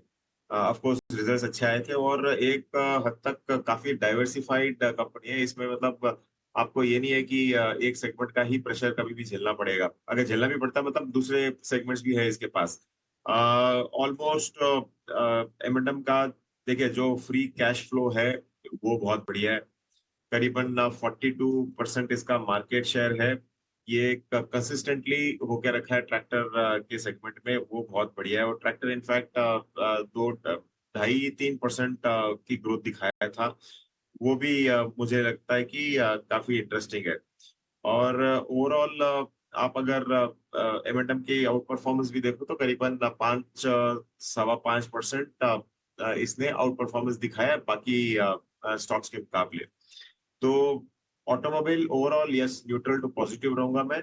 और मुझे लगता है कि फंडामेंटली M&M स्ट्रॉन्ग फुटिंग पे है। और वैल्यूएशन वाइज आप अगर कंफर्ट देखो तो हो सकता है कि टाटा मोटर्स अच्छा बेट हो यहाँ पे। लेकिन हाँ, उसमें इमीडिएट रैली आपको देखने को मिलेगी ये मुझे डाउट है। लेकिन थोड़ा सा मीडियम टर्म देखो तो टाटा मोटर्स भी अच्छा वैल्यूएशन दिख रहा है। ठीक है, टाटा मोटर्स की वैल्यूएशन ठीक है यहाँ पे, ये बात भी विवेक सर आपको बताते हुए। कुछ एक और शेयर्स भी हैं मार्केट्स के अंदर जिस पे नोटिस करना चाहिए। एक्चुअली उस शेयर की पूरी सूची मेरे पास भी है। शिवांगी शारदा, एक बार ज़रा आप उस पर ध्यान दीजिएगा। हाँ, एक शेयर आपसे पता करना है, ये बजाज फिनसर्व और फाइनेंस काफ़ी ज़ोर से टूटे हैं, आज भी टूटेंगे क्या? एक बार ज़रा चेक करेंगे आप मैम। बिल्कुल, इसमें हमने एक अच्छी रैली देखी है पिछले सीरीज में, और कहीं ना कहीं यहाँ पे एक थोड़ी बहुत प्रॉफिट टेकिंग जरूर देखने को मिली है। बट स्टॉक जो है हमने देखा है कि लगातार पिछले 5 से 6 बार अपने exactly 50 daily exponential moving averages से टर्न होते हुए नजर आया है। और पिछले सेशन में भी हमने देखा कि वहां पे 1925 पे एक अच्छी पुल बैक मूव देखने को मिली थी।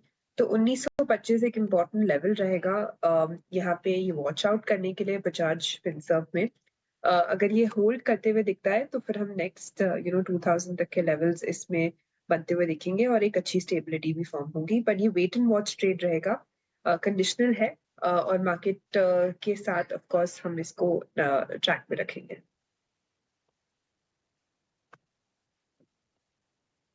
ठीक है शिवांगी, सारी चीज़ें हम अपने समझ रहे हैं और मेरे को याद भी है कि आपकी बजाज फाइनेंस से कॉल भी हुआ करती थी थोड़े दिन पहले, आपने इसके बारे में दिया भी था और इसमें काफ़ी अच्छा प्रॉफिट भी था। कह रहे नहीं, हम थोड़ा और आगे बढ़ जाते हैं और मैं अपने सहयोगी शरद को जोड़ लेता हूँ ताकि नवरत्न शेयर आपके सामने रख पाएँ। इस बीच बजाज ऑटो के सेल्स के नंबर आ रहे हैं, ये नीचे आप देख लीजिए, नवरत्न शेयर समझ लीजिए, फिर बजाज के बारे में भी डिस्कस कर लेंगे। पहले नवरत्न शेयर शरद के साथ। जी बिल्कुल, सबसे पहले जो है इटर्नल यानी कि जो पहले जोमेटो जिसको बोलते थे उनके नतीजे पे फोकस करेंगे। सबसे पहला हमारा स्टॉक है, कमज़ोर नतीजे आए हैं, पैट एबिडा मार्जिन सब मिस हुआ है। इनकी क्विक डिलीवरी बिजनेस में जो है एडजस्टेड एबिडा लॉसेस वो भी बढ़ गए हैं और कॉल में भी कमेंट्री में कुछ खास जो है अच्छी जो है गाइडेंस नहीं देखने मिली है। मिले जुले संकेत आए हैं। Federal bank inline set of numbers आए हैं, एसेट क्वालिटी में इम्प्रूवमेंट आया है, स्टॉक के लिए सपोर्टिव है। लेकिन बंधन बैंक यहाँ पे कमज़ोर नतीजे आए हैं, निम्स भी कम हुए हैं, 20% गिरे हैं सिक्वेंशियली और यहाँ पे जो है मिक्स जो हो रही है हाई इंटरेस्ट रिवर्सल्स का और ओवरऑल प्रोडक्ट मिक्स, यहाँ पे थोड़ी चेंजेस ज़रूर आ रही हैं। मास फाइनेंशियल की बात करें तो अच्छे चौथे तिमाही के नतीजे देखने मिले हैं। पैट पे लगभग 19% का ईयर ऑन ईयर बेसिस पे ग्रोथ देखने मिला है। स्टॉक जो है पॉजिटिव रिएक्शन देगा। टाटा केमिकल 7 मई को इंपॉर्टेंट बोर्ड मीट है जहाँ पे फंड रेज पे विचार होगी, तो उस पर भी नज़र रहेगी। एनसीसी को लगभग 1660 करोड़ के ऑर्डर्स आए हैं अप्रैल के महीने में, तो स्टॉक के लिए सपोर्टिव है। अप्रैल के ऑटो सेल्स में जो है 2 अहम कंपनीज़ के नंबर्स के बारे में बात करूंगा जिनके नंबर्स जो है एनालिस्ट एस्टिमेट से बेटर आए हैं। टीवीएस मोटर और मारुति, इन दोनों आंकड़ों पे जो है आप नज़र रखिएगा। इनके अप्रैल के ऑटो सेल्स जो है स्ट्रॉन्ग देखने मिले हैं। आईटी स्टॉक्स पे भी नज़र रखिएगा। कॉग्निजेंट और माइक्रोसॉफ्ट जो है मार्केट आज के पहले कल दोनों ने ही अपने नंबर्स दिए, बेटर देन एक्सपेक्टेड नंबर्स था, तो आईटी स्टॉक्स के लिए एक पॉजिटिव रीड थ्रू भी है कि ग्लोबल बिग टेक स्टॉक्स में अच्छी तेज़ी आई है। लेकिन उसके दूसरे साइड ऑफ कोर्स जो रुपी है वो स्ट्रेंथन हो गया, तो वो थोड़ी नेगेटिव ज़रूर है क्योंकि अब रुपी अब 6 मंथ हाई लेवल्स पे भी है। तो दोनों पॉइंट्स को आप याद रखिएगा। और आखिर में big bold brokerage Adani ports earnings पे ही है। नोवामा की रिपोर्ट आई है, मेंटेन बाई रखा है। टारगेट प्राइस 1810 का, नंबर्स बहुत स्ट्रांग आए हैं अक्रॉस पैरामीटर और आगे का गाइडेंस भी बहुत स्ट्रांग है, तो अदानी पोर्ट्स पे भी नज़र रखिएगा। तो ये अहम स्टॉक्स है जिस पे आज एक्शन दिखेगा। 9 शेयर हो गए जिस पे एक्शन वाला है, यानी कि न्यूज़ वाले किसी ना किसी तरह से कनेक्टेड हैं। वो सब शेयर अगर आप लेट जुड़ते हैं तो ये आपके लिए बनाया गया है। अगर आप लेट जुड़ते हैं तो आपको पता होना चाहिए 9 शेयर आज के एक्शन वाले स्टॉक्स हैं जिसको हम नवर्जन शेयर्स कहते हैं। कह रहे नहीं हाँ, बजाज ऑटो के नंबर्स आए हैं, नंबर्स देख के लग तो ठीक नहीं रहे नंबर। एक तो 6% बिक्री घटी है, ठीक है, इनकी 2 व्हीलर्स की बिक्री भी घटी है। इसमें एक और चीज़ भी नोटिस की जाती है जो बढ़कर आई है, वो एक्सपोर्ट्स का आंकड़ा, वो करीब 4% के आसपास बढ़ा है। तो ये सेल्स के नंबर हैं। और हमने आपको जो पहले अनुमान बताया था, तो मैंने आपको एक चीज़ याद दिलवा दी थी कि मंथ और मंथ तो सबके खराब आएंगे, YOY जिसके भी खराब आएंगे ना वहाँ पे प्रॉब्लम आएगी। तो इसका YOY 6% घटा है, ठीक है जी, ये थोड़ा नोटिस करने वाला है। इसलिए आज शुरुआती गेन के साथ नहीं खुल रहा, बल्कि हल्का प्रेशर है कि 1/4% के आसपास का। शिवांगी, एक बार बजाज ऑटो जल्दी से देख लेंगे आप, फिर मार्केट ओपन करेंगे।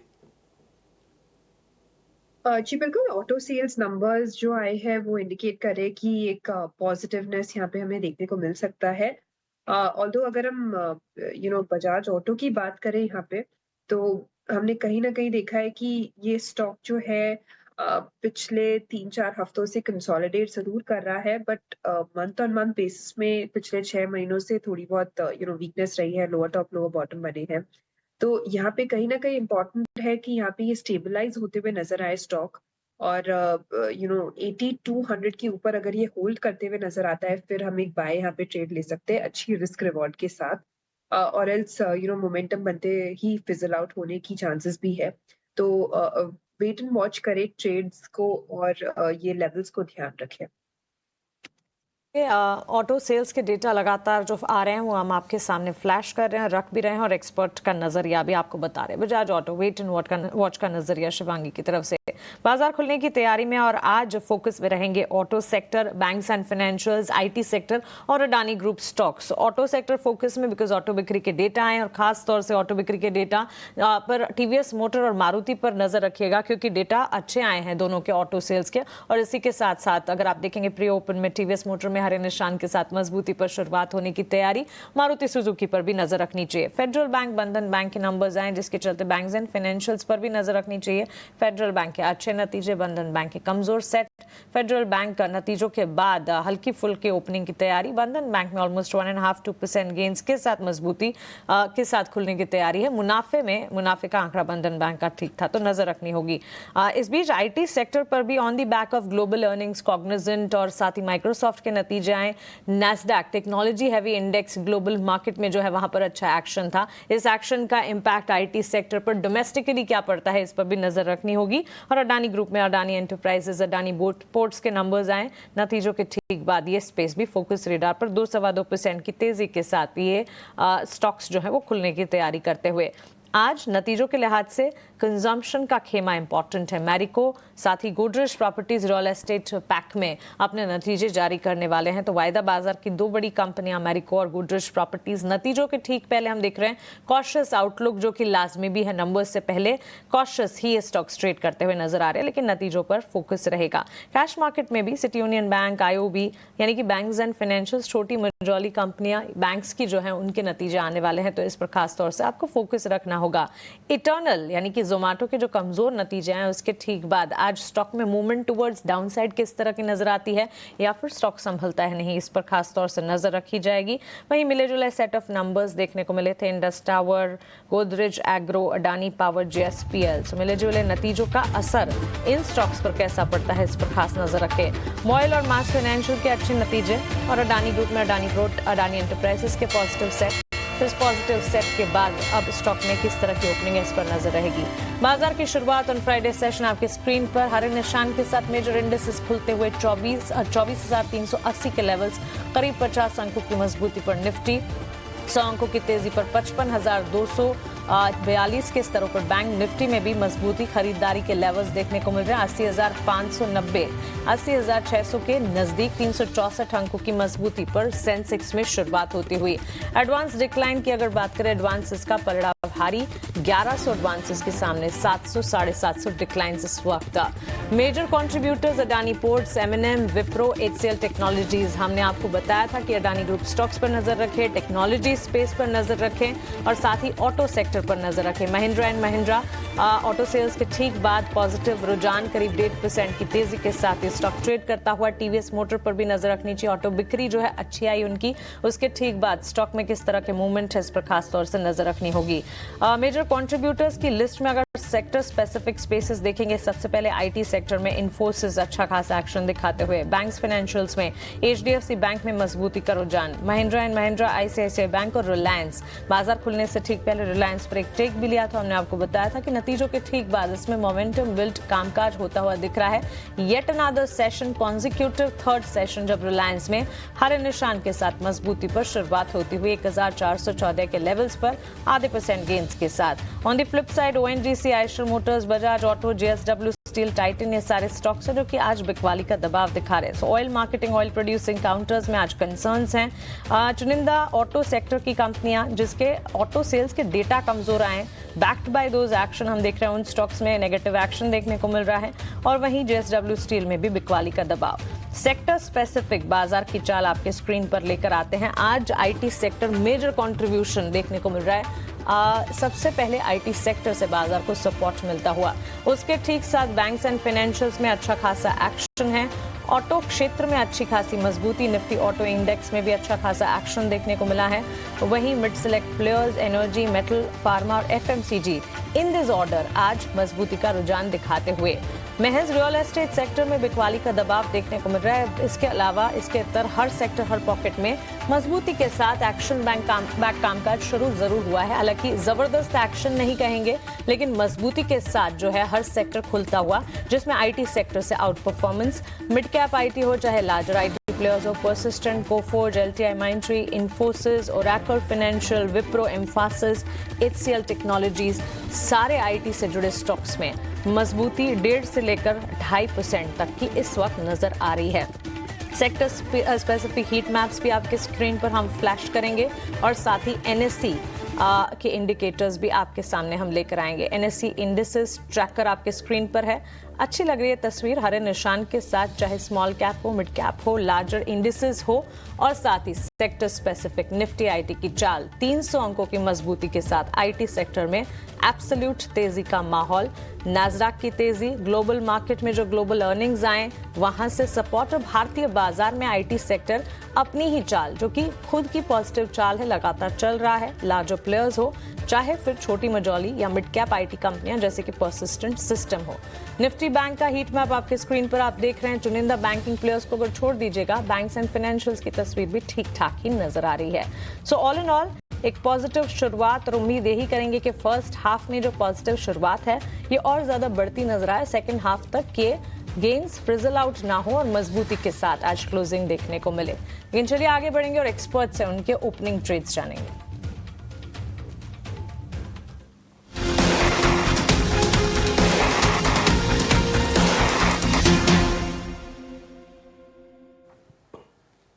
किरण जी, आपसे शुरू करते हैं आपके आज के ओपनिंग के ट्रेड।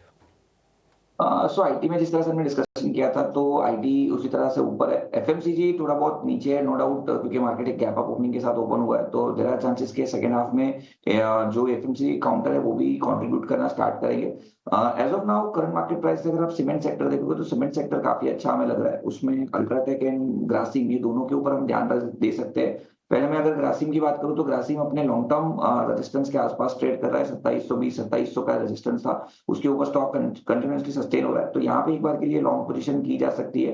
लेकिन जो स्टॉप लॉस हमें मेंटेन करना है वो 2700 के नीचे का करना है। ऊपर में पहला टारगेट जो रहेगा वो 2780 का रहेगा। जैसे ही 2780 क्रॉस करता है तो वहां पे एक अच्छी खासी तेजी हमें देखने को मिल सकती है। तो Grasim looks very much promising.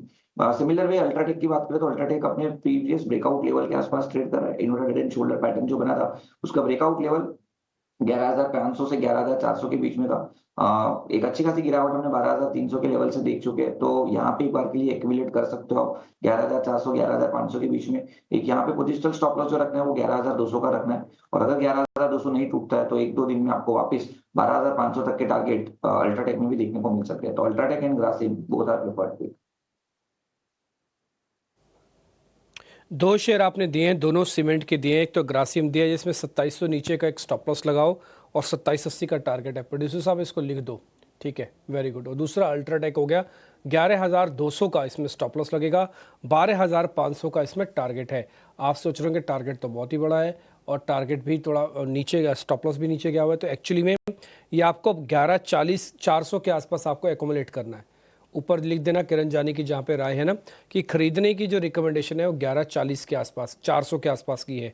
तो ये दोनों शेयर्स हो गए हैं सीमेंट वाले, आप ध्यान रखें। खैर इस बीच एक खबर और भी आ रही है जो कि इंडिगो के रिगार्डिंग है। इंडिगो ने कहा है कि दिल्ली में क्योंकि भारी बारिश हो रही है, येलो अलर्ट भी है यहाँ पे, तो इसलिए कुछ फ्लाइट्स को देरी से संचालन किया जा रहा है। हमारे पास जो जानकारी है करीब 100 फ्लाइट दिल्ली से इम्पैक्टेड हुई हैं। आपको मालूम ही है कि दिल्ली बॉम्बे रूट सबसे व्यस्त रूट है, 65% ऑफ द टोटल फ्लाइट्स यहीं से उड़ती हैं।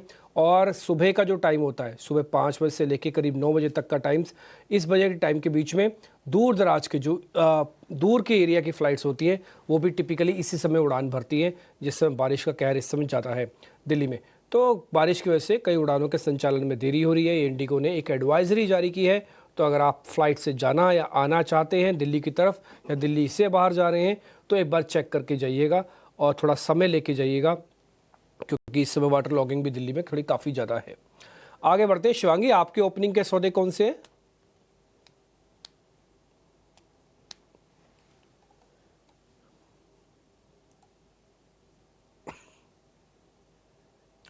शिवांगी, आवाज़ आ रही है आपको? एक बार ज़रा ओपनिंग ट्रेड आप बता दीजिए आपके।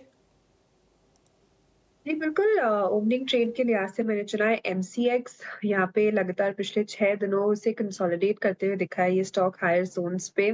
हम देख रहे हैं कि लगातार पिछले 4 हफ्तों से यहाँ पे हायर टॉप हायर बॉटम बन रहे हैं। काफी अच्छी एक मोमेंटम यहाँ पे देखने को मिल रही है। प्राइस वॉल्यूम दोनों ही काफी कंफर्म कर रहे हैं इस अप मूव को। और जिस तरह से हम देख रहे हैं कि हाल ही में एक अपटिक भी आया है, तो यहाँ पे 6500 तक के टारगेट्स के लिए खरीदारी करें 6150 के एक स्टॉप लॉस के साथ। ओके, ठीक है। एमसीएक्स आपकी तरफ से दिया गया एक आज का ट्रेड है। 3 शेयर आपको मिल चुके हैं, 2 तो सीमेंट के हो गए, एक अल्ट्रा हो गया, ग्रासिम हो गया, शिवांगी ने दे दी एमसीएक्स। तो 3 शेयर आपको ओपनिंग के आज मिले हैं। मैं फिर से रिपीट कर रहा हूँ, थोड़ा सा आज देख के काम कीजिएगा। मार्केट ने आज का जो गैप किया है वो बहुत ही शानदार है, लेकिन रेजिस्टेंस पे फिर से रुका है। सॉरी, ये रेजिस्टेंस कौन सा है? ये 24,444 है। आज का हाई चेक कर लो आप, 24,444 ही है। और इसके लिए पूरा क्रेडिट दूंगा मैं शिवांगी के साथ ही काम करते हैं उनके हाउस में, मैन फ्रॉम मोतीलाल ओसवाल, चंदन तापड़िया। चंदन तापड़िया आपको कल परसों जब आए थे उन्होंने आपको एक रेजिस्टेंस एरिया नोटिस करवाया था, वो था 24,444 का। आज का हाई है 24,444। फिर से बाजार हल्का हल्का करके नीचे आया है। हालांकि कॉशियस स्टांस रखिएगा। विक्स आज बढ़ना बंद कर रहा है, शायद मार्केट के अंदर जो एफआईएस की खरीदारी हुई है उसको इम्पैक्ट दिखाएगा, लेकिन फिर भी स्टांस को कॉशियस अभी भी रखिए आप। विवेक सर, आपकी तरफ से कोई वैल्यू बाय जो आप एज एन इन्वेस्टर को देना चाहते हैं, एज एन उसको होल्डिंग के लिए रखने के लिए? देखिए, थोड़ा सा रिस्की बेट रहेगा, लेकिन मुझे लगता है कि इस हिसाब से बैंक इंडेक्स आज वापस सबसे तेज है। इनफैक्ट 0.7% बैंक एक्स भी अप है और बैंक निफ्टी भी करीबन 0.62% अप है। ये स्टॉक मैंने पहले रिकमेंडेशन दिया था जब सब कुछ नेगेटिविटी छाई हुई थी। ये है इंडसइंड बैंक। तो आज भी आप अगर देखो तो इंडसइंड बैंक का एक तो मूवमेंट भी ठीक ठाक लग रहा है मुझे, और मुझे लगता है कि जो नेगेटिविटी होनी थी, रेजिग्नेशन वगैरह भी जो आने थे, वो सारा कुछ हो चुका है। यहाँ से आपको एक करीबन समझ लीजिए कि 810 815 के बीच का एक स्टॉप लॉस लगा के इसको एक थोड़ा सा वैल्यू बाई के रूप में इसको देखना चाहिए। मेरा टारगेट यहाँ पे वापस 1000 से लेके 1020 तक का रहेगा। और ऐसे डिस्क्लोजर बोल दूं, ये हो सकता है कि काफी मेरे क्लाइंट्स के पोर्टफोलियोज में हो, तो और काफी नीचे लिया हुआ है जब लास्ट टाइम हमने बात की थी।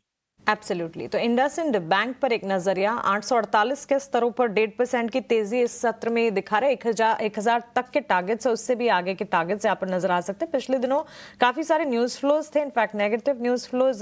कंपनी के बिगर मैनेजमेंट्स जो है, एमडी सीईओ के इस्तीफे की खबरें आती हुई देखने को मिली। उन खबरों को डाइजेस्ट करते हुए करीब 1.5% की तेजी के साथ इस वक्त स्टॉक का कामकाज करता हुआ। टीवीएस मोटर पर खास नजर होनी चाहिए। ऑटो सेल्स के डेटा के ठीक बाद टीवीएस मोटर अच्छे ऑटो बिक्री के डेटा आते हुए दिखे। ऑन मंथ बेसिस देखेंगे या फिर ऑन ऑन ईयर बेसिस, जो डेटा पॉइंट्स है वो काफी पॉजिटिव रहे।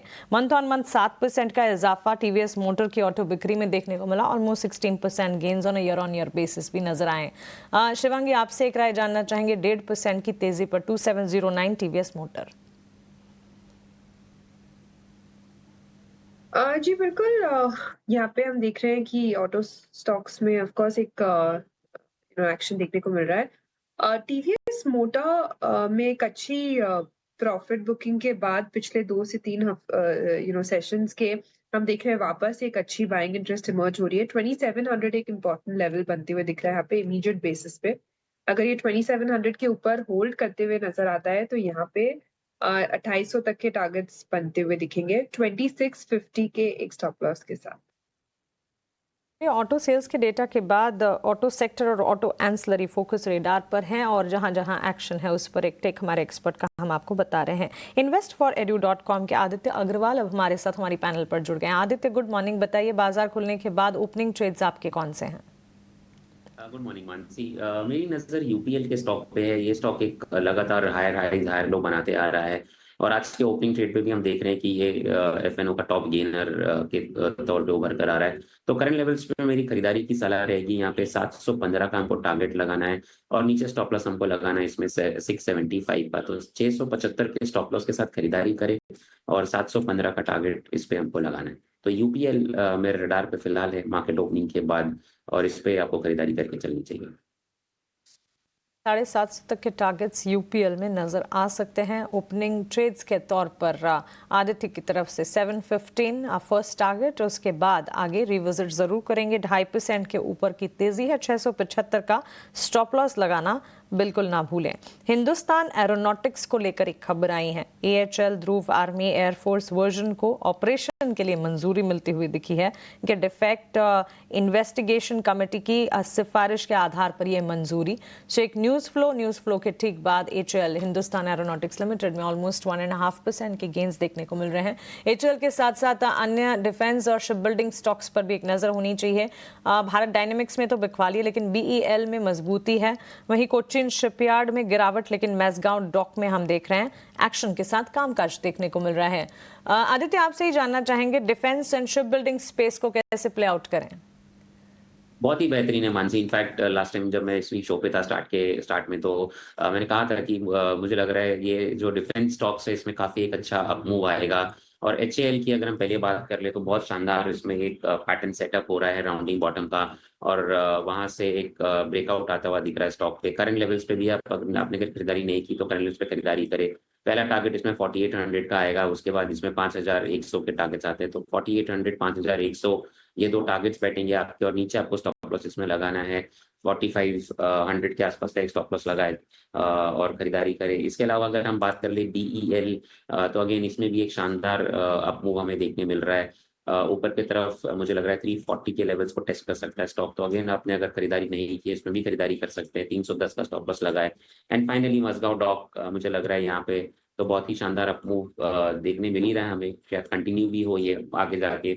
ऑल टाइम हाइस के पास ट्रेड कर रहा है स्टॉक, तो ऊपर के लेवल्स पे कहीं ना कहीं ये स्टॉक एक बार 4000 के लेवल्स आपको दिखा दें।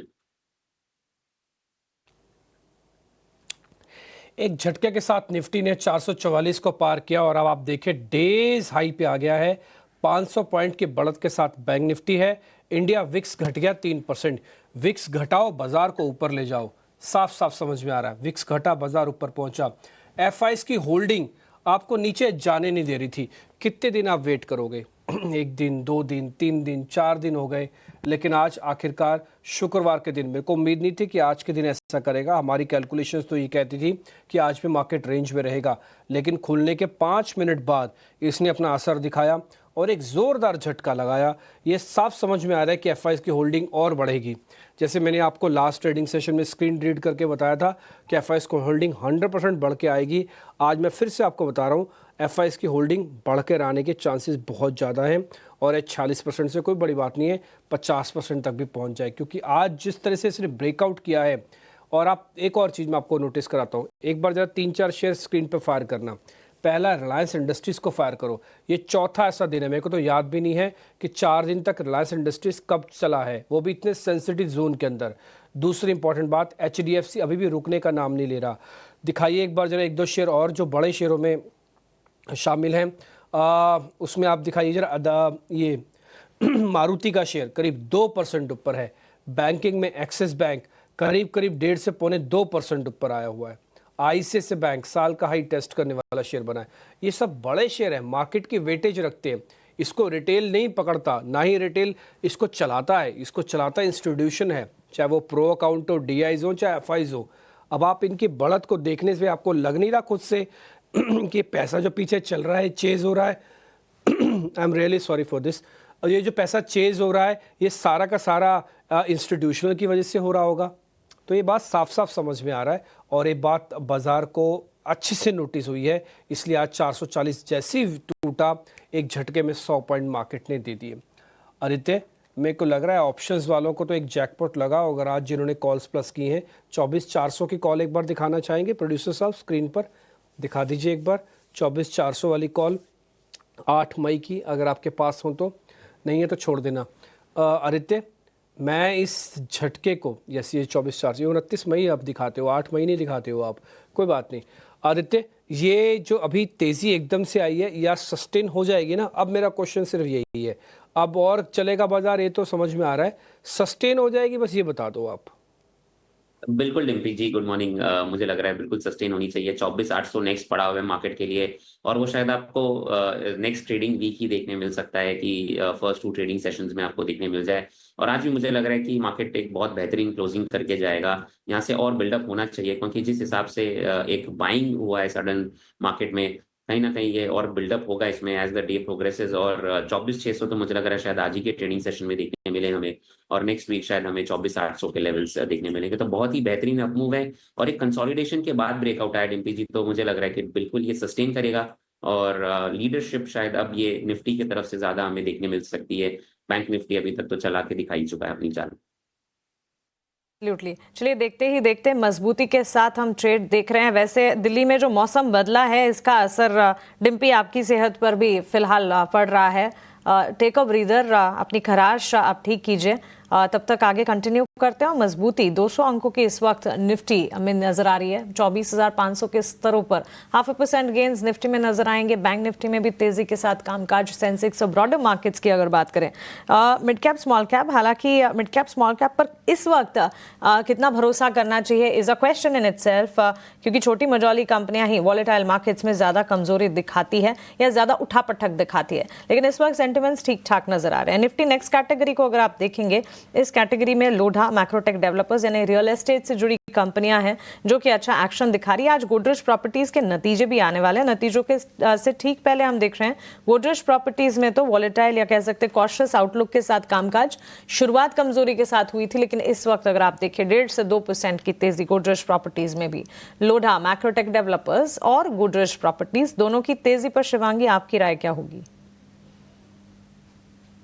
जी बिल्कुल, रियल एस्टेट पैक में हम देख रहे हैं कि काफ़ी एक अच्छा एक्शन पिछले सेशन से कंटिन्यू होते हुए दिख रहा है। ऑफ कोर्स यहाँ पे एक अच्छी ओपन इंटरेस्ट एडिशन हम देख रहे हैं, बट स्लो एंड ग्रेजुअल यहाँ पे ये अप मूव देखने को मिल रही है। सारे ही अगर हम काउंटर्स को देखें तो यहाँ पे सबसे बेहतरीन लोढ़ा नज़र आ रहा है, जहाँ पे एक अच्छी वॉल्यूम्स के साथ हमने क्लोजिंग भी देखी थी और आज के सेशन में एक अच्छी बाइंग इंटरेस्ट इमर्ज भी हो रही है।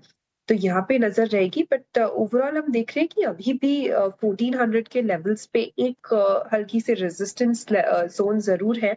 तो पहला पड़ाव 1400 तक का रहेगा और फिर नेक्स्ट 1440 तक के लेवल्स देखने को मिलेंगे, बट 1400 पे एक वापस रिविजिट करें 1350 के एक स्टॉप लॉस को मेंटेन करते हुए। ओके, स्टॉप लॉसेस मेंटेन करना बिल्कुल ना भूलें और साथ ही अगर पोजीशन से इंटैक्ट भी रखनी होगी और यहाँ से तेजी के आसार भी इस वक्त नज़र ज़रूर आ रहे हैं। इस बीच लॉन्ग्स बिल्टअप के कैंडिडेट देख लेते हैं। एनएमडीसी जहाँ पर हमारे एक्सपर्ट्स की राय भी रही, वहाँ पर अच्छी मजबूती के बीच कामकाज देखने को मिल रहा है। यूपीएल के स्टॉक प्राइस में भी एक्शन है।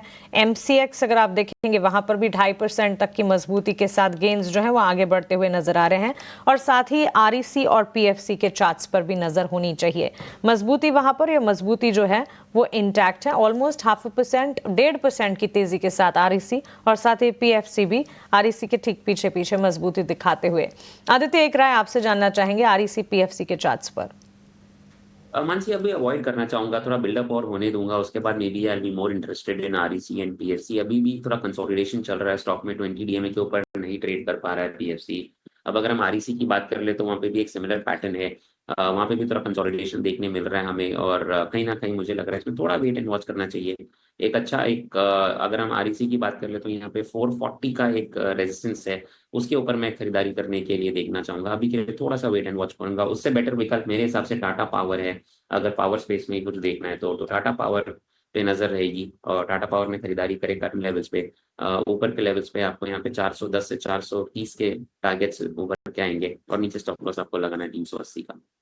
आरईसी पीएफसी अगर पोजीशंस हैं उसे इंटैक्ट जरूर रखें, नई पोजीशंस के लिए फिलहाल अवॉइड करने की राय, वॉच लिस्ट में रखें। इस स्पेस को अगर प्ले आउट करना है, टाटा पावर बेटर प्ले, 0.5%, 1% तेजी 387 के लेवल पर ये स्टॉक भी ट्रेड करता हुआ।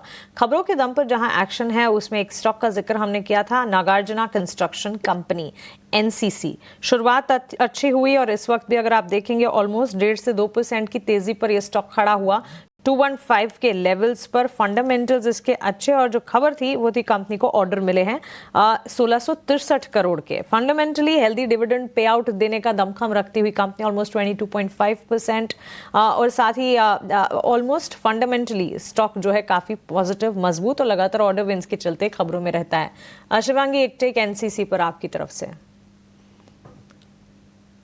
जी मानसी, एनसीसी के स्ट्रक्चर को अगर हम देखें, यहाँ पे एक कंसोलिडेशन देखने को मिली है लगातार पिछले 3 हफ्तों से। स्टॉक कहीं ना कहीं मोमेंटम गेन जरूर कर रहा है, बट थोड़े बहुत हायर साइड में फॉलो अप मिसिंग है। तो यहाँ पे ये कंसोलिडेशन को हम वेट एंड वॉच करेंगे। 210 के ऊपर जब तक ये होल्ड करता है तब तक होल्ड कर सकते हैं, लेकिन अपसाइड अभी भी थोड़ा स्लो एंड स्टेडी नजर आ रहा है। तो कंडीशनल ट्रेड रहेगा, थोड़ा वेट एंड वॉच करें।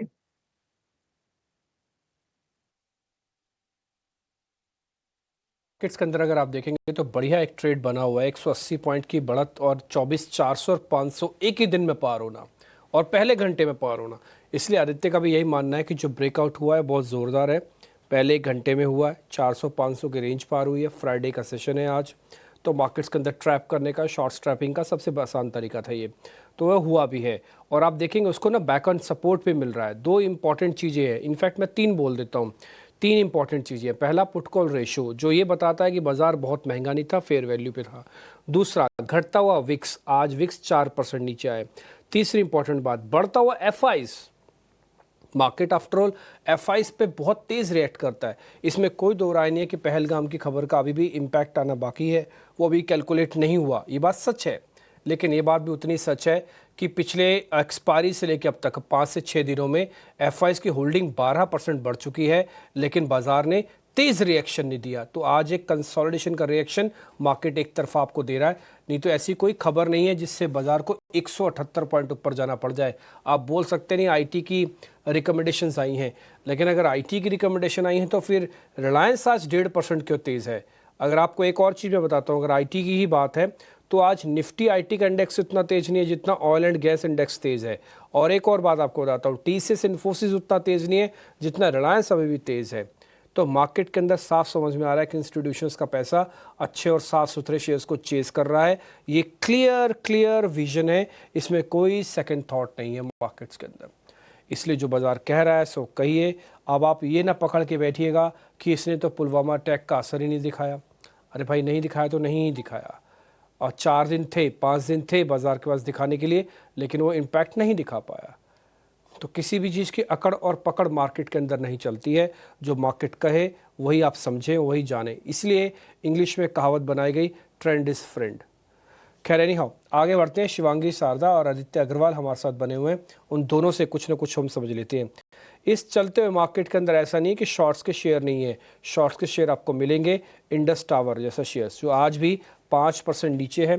फेडरल में तो चलो मैं समझ सकता हूँ रिजल्ट्स का इम्पैक्ट है। इंडस टावर एक बार जरा स्क्रीन पे दिखाओ, 5% नीचे होगा ये शेयर। यस शिवांगी, एक बार इस पे आपकी रिकमेंडेशन।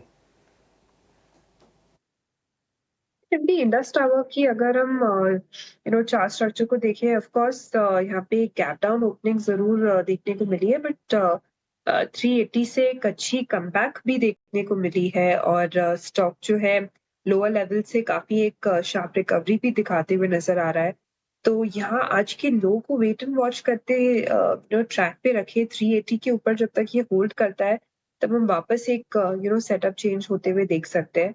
कंसोलिडेशन हुई है हायर जोन्स पे, बट बुल्स जो है वो वापस सपोर्ट पे एक्टिव होते हुए नजर आए हैं। तो यहाँ पे एक पॉजिटिव साइन नजर आ रहा है। एक दो शेयर मेरे पास और भी हैं जो मेरे को थोड़ा पता करने पड़ेंगे कि उनमें क्या किया जाए।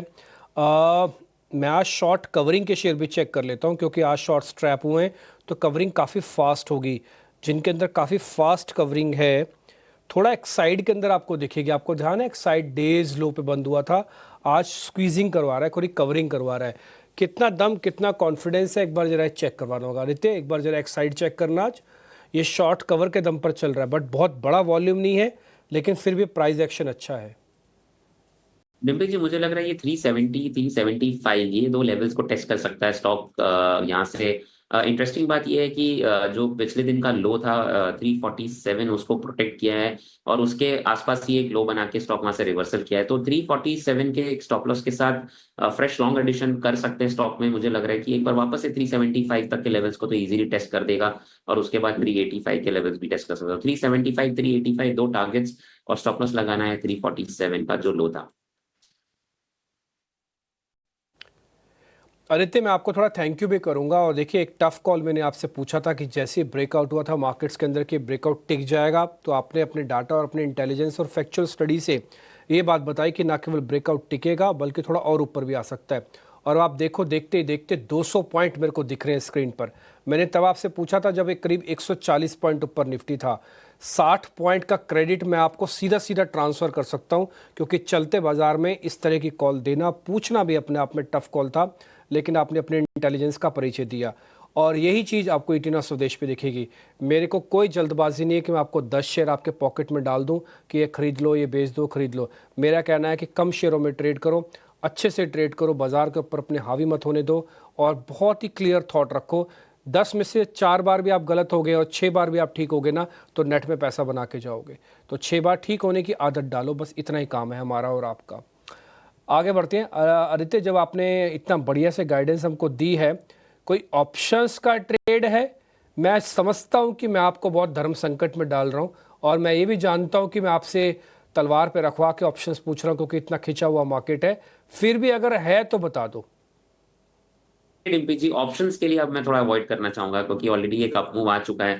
तरफ फिन निफ्टी पे मेरी नजर रहेगी। अगर यहाँ पे थोड़ा सा एक कंसोलिडेशन हो के एक मूव आता है, तो फिन निफ्टी का हम देख सकते हैं ट्रेड लेने के लिए। यहाँ पे करीब 26,000 का जो 26,200 का जो ये कॉल ऑप्शन है हम उसको देख सकते हैं। यहाँ पे मुझे लग रहा है एक बार आपको 750 770 के टारगेट्स देखने मिल सकते हैं। तो फिर निफ्टी पे थोड़ी नजर रखिएगा।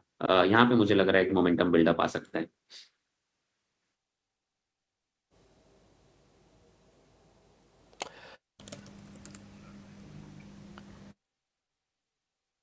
निफ्टी पर एक ध्यान रखना है और इस बीच खबरों के दम पर टाटा केमिकल्स पर भी एक नजर होनी चाहिए। 7 मई को यानी कि आने वाले हफ्ते में टाटा केमिकल्स की फंड रेजिंग को लेकर एक बोर्ड बैठक होने जा रही है और इस बोर्ड बैठक से ठीक पहले स्टॉक के मूवमेंट पर नजर जरूर रखेंगे। चलिए आगे बढ़ेंगे और हमारे अगले सेगमेंट ऑप्शन के चैंपियन का रुख करेंगे। थोड़ी देर में हमारे साथ अमोल आठवले जुड़ेंगे जो अपनी ऑप्शन की रणनीति हमें बताएंगे। अमोल हैं हमारे साथ। गुड मॉर्निंग अमोल, बताइए क्या ऑप्शन की रणनीति है आपके पास? जी नमस्ते and good morning. ICICI bank के साथ जाना चाहूंगा अप्रैल सीरीज के कॉल ऑप्शन के साथ। 1460 के स्ट्राइक प्राइस का कॉल ऑप्शन पिक किया है, 25 रुपीज के आसपास है। पोजिशनली टारगेट निकल के आ रहे 44 रुपीज के और स्टॉप लॉस रहेगा उसका 19 रुपीज का। मैक्स प्रॉफिट उसमें हो सकता है 12,600 का और मैक्स लॉस उसमें हो सकता है 4200 का। आज मार्केट में भी अगर हम देखते हैं तो ओवरऑल एक रेंज ब्रेकआउट हुआ है। आईसीआईसीआई बैंक का भी फॉर्मेशन अगर हम देखते हैं तो काफी प्रॉमिसिंग है। ब्रेकआउट टेक्सचर आई थिंक मुझे लगता है कि कंटिन्यू रहने के चांसेस यहाँ से चार्ट्स पे दिख के आ रहे हैं। आपका हमारे साथ जुड़ने के लिए, ऑप्शन की रणनीति हमें बताने के लिए। आईसीआईसीआई बैंक 1460 की कॉल खरीदने की राय और लक्ष्य यहाँ पर 44, स्टॉप लॉस 19 के, अधिकतम मुनाफा कॉल के वर्कआउट करने पर 12,600 का, रिवर्स अगर जाती है 4,200 तक का अधिकतम नुकसान होने के भी संकेत हैं। एफएनओ ट्रेडिंग को लेकर एक स्टैंडर्ड डिस्क्लेमर आपके स्क्रीन पर चल जाएगा। एफएनओ ट्रेडिंग रिस्की हो सकती है और एफएनओ ट्रेडिंग में 10 में से 9 लोगों को नुकसान होता है। एफएनओ ट्रेडर्स को औसतन 50,000 का नुकसान होता है। घाटा होने के बावजूद 28% आपको ट्रांजैक्शन के रूप में देना होगा और अगर मुनाफा भी होता है तो 15 से 50% ट्रांजैक्शन के रूप में खर्च होता है। अपने एडवाइजर से सलाह लें और इसीलिए एफएनओ में ट्रेडिंग से पहले इस रिस्क डिस्क्लोजर को जरूर समझें। आगे बढ़ेंगे और कुछ और स्टॉक्स जहां पर एक्शन है इस पर भी नजर रखेंगे। एडवांस डिक्लाइन पर भी फोकस होना चाहिए। इंडिया विक्स फेयर इंडिकेटर की कमजोरी जो है वो बाजार के लिए पॉजिटिव साबित होती हुई नजर आ रही है। मॉइल के स्टॉक प्राइस पर नजर होनी चाहिए। मैंगनीज ओर की कीमतों में बदलाव की खबर आती हुई दिखी है और इसके ठीक बाद मॉइल में करीब 8% की तेजी इस वक्त 341 के स्तर पर करीब दिन के उच्चतम स्तर पर ही एट डे हाई ही स्टॉक ट्रेड करता हुआ। आदित्य, मॉइल पर एक टेक दीजिएगा। अब बहुत अच्छा वॉल्यूम हो रहा है और एक फ्रेश ब्रेकआउट आया है मानसी इसमें एक ट्रेंड लाइन से, तो मुझे लग रहा है खरीदारी तो बिल्कुल करनी चाहिए आपको यहाँ करंट लेवल्स पे। ऊपर पे टारगेट्स आपके यहाँ पर बन कर आएंगे 367 से लेके 375। सो ये दो टारगेट्स आएंगे 365 375 ऊपर में, और नीचे स्टॉप लॉस हमको लगाना है यहाँ पे 335 के स्टॉप लॉस के साथ खरीदारी करें मॉइल में। और यहाँ पे आपको टारगेट्स 365 375 के आएंगे। बहुत अच्छा वॉल्यूम स्ट्रक्चर है, मुझे लग रहा है ये एक अच्छा मूव यहाँ पे आ सकता है। एक अच्छे कंसोलिडेशन के बाद ब्रेकआउट आया स्टॉक में। ठीक है आदित्य, इस बीच बीएससी पर भी एक राय जानना चाहेंगे और बीएससी को लेकर जिनकी एग्जिस्टिंग पोजीशन है उन्हें क्या करना है और नई पोजीशन के लिए एंट्री अपॉर्चुनिटी देता जरूर है लेकिन काफी चला है और पिछले दिनों तो हम इनफैक्ट 6,700 तक के लेवल्स भी हमने देखे। 29 अप्रैल मंगलवार की बात है जब 6,700 तक भी पहुंचा है। फंडामेंटली भी अगर माने तो रिपोर्ट्स का ही कहना है कि 7,000 उसके बाद आगे और ज्यादा तेजी पकड़ सकता है, लेकिन बीएसई के स्टॉक प्राइस में जो मोमेंटम लगातार देखने को मिला है इस पर एग्जिस्टिंग पोजीशन जिनकी और अगर नई पोजीशन का इरादा रखते हैं उनके लिए राय क्या होगी? मानसी, नए पोजीशन बनाने के लिए मैं बोलूंगा वेट करे थोड़ा, क्योंकि जैसा कि आपने कहा स्टॉक बहुत चल चुका है, थोड़ा ओवरबॉट है। कहीं ना कहीं अगर नीचे ये 6,100 6,150 ये दो सपोर्ट जोन है स्टॉक के, अगर इसको टेस्ट करता है तो फिर आप एक फ्रेश एंट्री ले स्टॉक में 7,000 के टारगेट्स के लिए ऊपर की तरफ। अगर आपके पास ऑलरेडी एग्जिस्टिंग पोजीशंस है और नीचे की बाइंग है तो फिर कुछ डरने की बात ही नहीं है। 6,100 का आप स्टॉप लॉस लगाए और बने रहे स्टॉक में 7,000 के लिए। अगर इस स्पेस को खेलना है और प्ले आउट करना है तो मेरे ख्याल से एमसीएक्स एक अच्छा ऑल्टरनेटिव ट्रेड है। यहाँ पे एमसीएक्स में फ्रेश एंट्री ले सकते हैं। यहाँ पे आप 6,200 का स्टॉप लॉस लगाए और ऊपर में आपको यहाँ पे अच्छा खासा हाफ मूव देखने मिलेगा 6,800 तक का। तो एमसीएक्स में खरीदारी करें 6,200 के स्टॉप लॉस के साथ और 6,800 पे target. For that take Aditya. Exchange ancillaries में एक्शन है और इस एक्शन पर एक टेक्निकल नजरिया, जहां एक्सचेंज एंसिलरीज की ही बात हो रही है। चलिए रेगुलेटर्स की भी बात करेंगे और अब एक एक्सक्लूसिव इंटरव्यू आपको दिखाते हैं। अब आपको दिखाते हैं सेबी चीफ तुहीन कांत पांडे का एक्सक्लूसिव इंटरव्यू। उनसे खास बातचीत की हमारे एडिटर इन चीफ निकुंज डालमिया ने। चेयरमैन साहब, हमारे साथ इतना स्वदेश पे बातचीत करने के लिए बहुत बहुत शुक्रिया। जब आप आए सबने कहा कि कुछ होगा कुछ नहीं होगा, तो क्या बड़ा होगा क्या नहीं होगा, ये बताइए।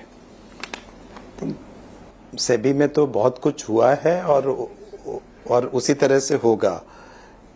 हमारा जो उद्देश्य ये है कि जो हमारे दायित्व दिए गए हैं संसद के द्वारा, उनको हम अच्छी तरह से संचालन करें और भारत की जो अर्थव्यवस्था के इस समय इतनी अच्छी संभावनाएं हैं, चाहे हमें बहुत जैसे ग्लोबली वैश्विक दृष्टि से हमारे बहुत चुनौतियां हैं, उन चुनौतियों में भी जो हमारी संभावनाएं भारत के लिए हैं, भारत की कैपिटल मार्केट सिक्योरिटीज मार्केट के लिए हैं, उनको हम पूरी तरह से कर पाएं। और उसके लिए एक स्मार्ट रेगुलेशन की ज़रूरत है, जिसमें हम इन्वेस्टर प्रोटेक्शन, डेवलपमेंट और रेगुलेशन तीनों को अच्छी तरह से सामंजस्य कर पाएं और ईज ऑफ डूइंग बिजनेस भी हो और रिस्क मिटिगेशन भी हो। एक चेंज की बात करते हैं। मैं सेबी के डिस्कशन पेपर्स देख रहा था। पिछले 3 साल में हर महीने 10 से 12 कंसल्टेशन और डिस्कशन पेपर आ रहे थे। पिछले 2 महीने में 5 पेपर भी नहीं आए। तो सेबी क्या अब एक प्रकार से दिशा बदल रहा है, जिससे हम कहते थे उनका काम रेगुलेशन है, मगर जो ओवर रेगुलेशन हुई थी उसको कम करना चाहते हैं? मेरा तो मानना है कि ऑप्टिमम रेगुलेशन ही सही दिशा है, क्योंकि यदि हम बार बार चेंज करने से तो कोई समझ में नहीं आता। तो एक तो स्टेबिलिटी भी रहनी चाहिए, दूसरा हम सोच समझ के लोगों से बातचीत करके कदम लें।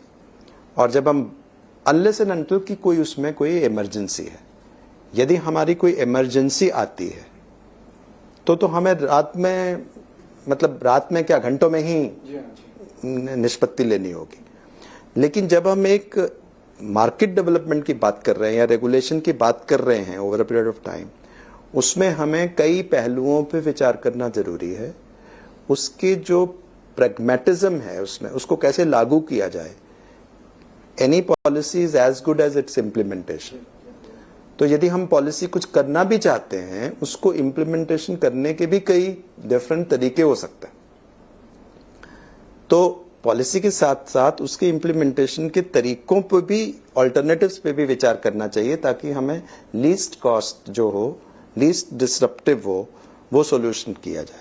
क्योंकि आजकल तो क्या है कि रेगुलेशन हो चाहे कुछ भी हो, कंप्लायंस हो, कुछ भी हो, सबके लिए आपको टेक्नोलॉजी चेंज करनी पड़ेगी, आपको आईटी सिस्टम में बदलाव करने पड़ेंगे, आपने जो आपके जो ह्यूमन रिसोर्सेज हैं उनकी ट्रेनिंग करनी पड़ेगी। नहीं तो वहां पे एक प्रश्न चिन्ह खड़ा हो जाएगा, और कोई भी नहीं चाहता कि रेगुलेशन के माध्यम से उन पे कोई प्रश्न चिन्ह खड़ा हो। रिस्क को करने के लिए जो हमारा है कि रिस्क मिटिगेशन, वो तो मार्केट इंटीग्रिटी, उन पे कोई कॉम्प्रोमाइज हम नहीं करेंगे। जी। लेकिन जहां पे भी हम उसको कॉम्प्रोमाइज ना करते हुए ईज ऑफ कर सकें, वो हम करेंगे। उससे क्या है कि मार्केट डेवलपमेंट, दूसरा बहुत बड़ी नई डेवलपमेंट ऑफ द मार्केट की संभावनाएं जो हैं, नए प्रोडक्ट्स की हैं, उनको भी लाना होगा और उनके लिए भी नए तरह से सोचना होगा। तीसरा जो है कि रेगुलेशन को हम ये इस दृष्टि से देखते हैं कि एक one size fits all regulation ना हो। कई जगह क्या है, इन्वेस्टर प्रोटेक्शन एलिमेंट स्ट्रांग होता है, जहां पे रिटेल पार्टिसिपेशन है, और जहां कई हैं जहां हम जो प्रोडक्ट्स हैं वो रिस्कियर हैं, और वो इसलिए उन लोगों के लिए ज्यादा महत्वपूर्ण है जो ज्यादा रिस्क ले सकते हैं। तो ये सब चीजों की दृष्टि से बहुत सारी संभावनाएं हैं जिसको कि हम प्रायोरिटाइज कर रहे हैं, और वो हमारा सबसे पहला ध्येय रहेगा। एक मार्केट और है जिसमें हम देखते हैं कि भाई प्राइस डिस्कवरी जो हो रही है वह समझ में नहीं आ रही, वह एसएमई मार्केट है। और वहां पर कई शेयर डे 1 में 500 गुना बढ़ जाते हैं, कई शेयर 5-5 हजार गुना बढ़ जाते हैं 2-3 साल के अंदर। क्या आप उस पूरे एसएमई मार्केट को लेकर के चिंतित हैं? क्या वहां पे भी चेयरमैन साहब बोलेंगे सावधान? नहीं, हम लोग जो सब जगह में ये बताना चाह रहे हैं, और कुछ केसेस ऐसे भी हुए हैं कि कुछ पंप एंड डंप के केसेस भी आते हैं जिसमें कि डेलिब्रेट पंपिंग है और जिसमें वो है।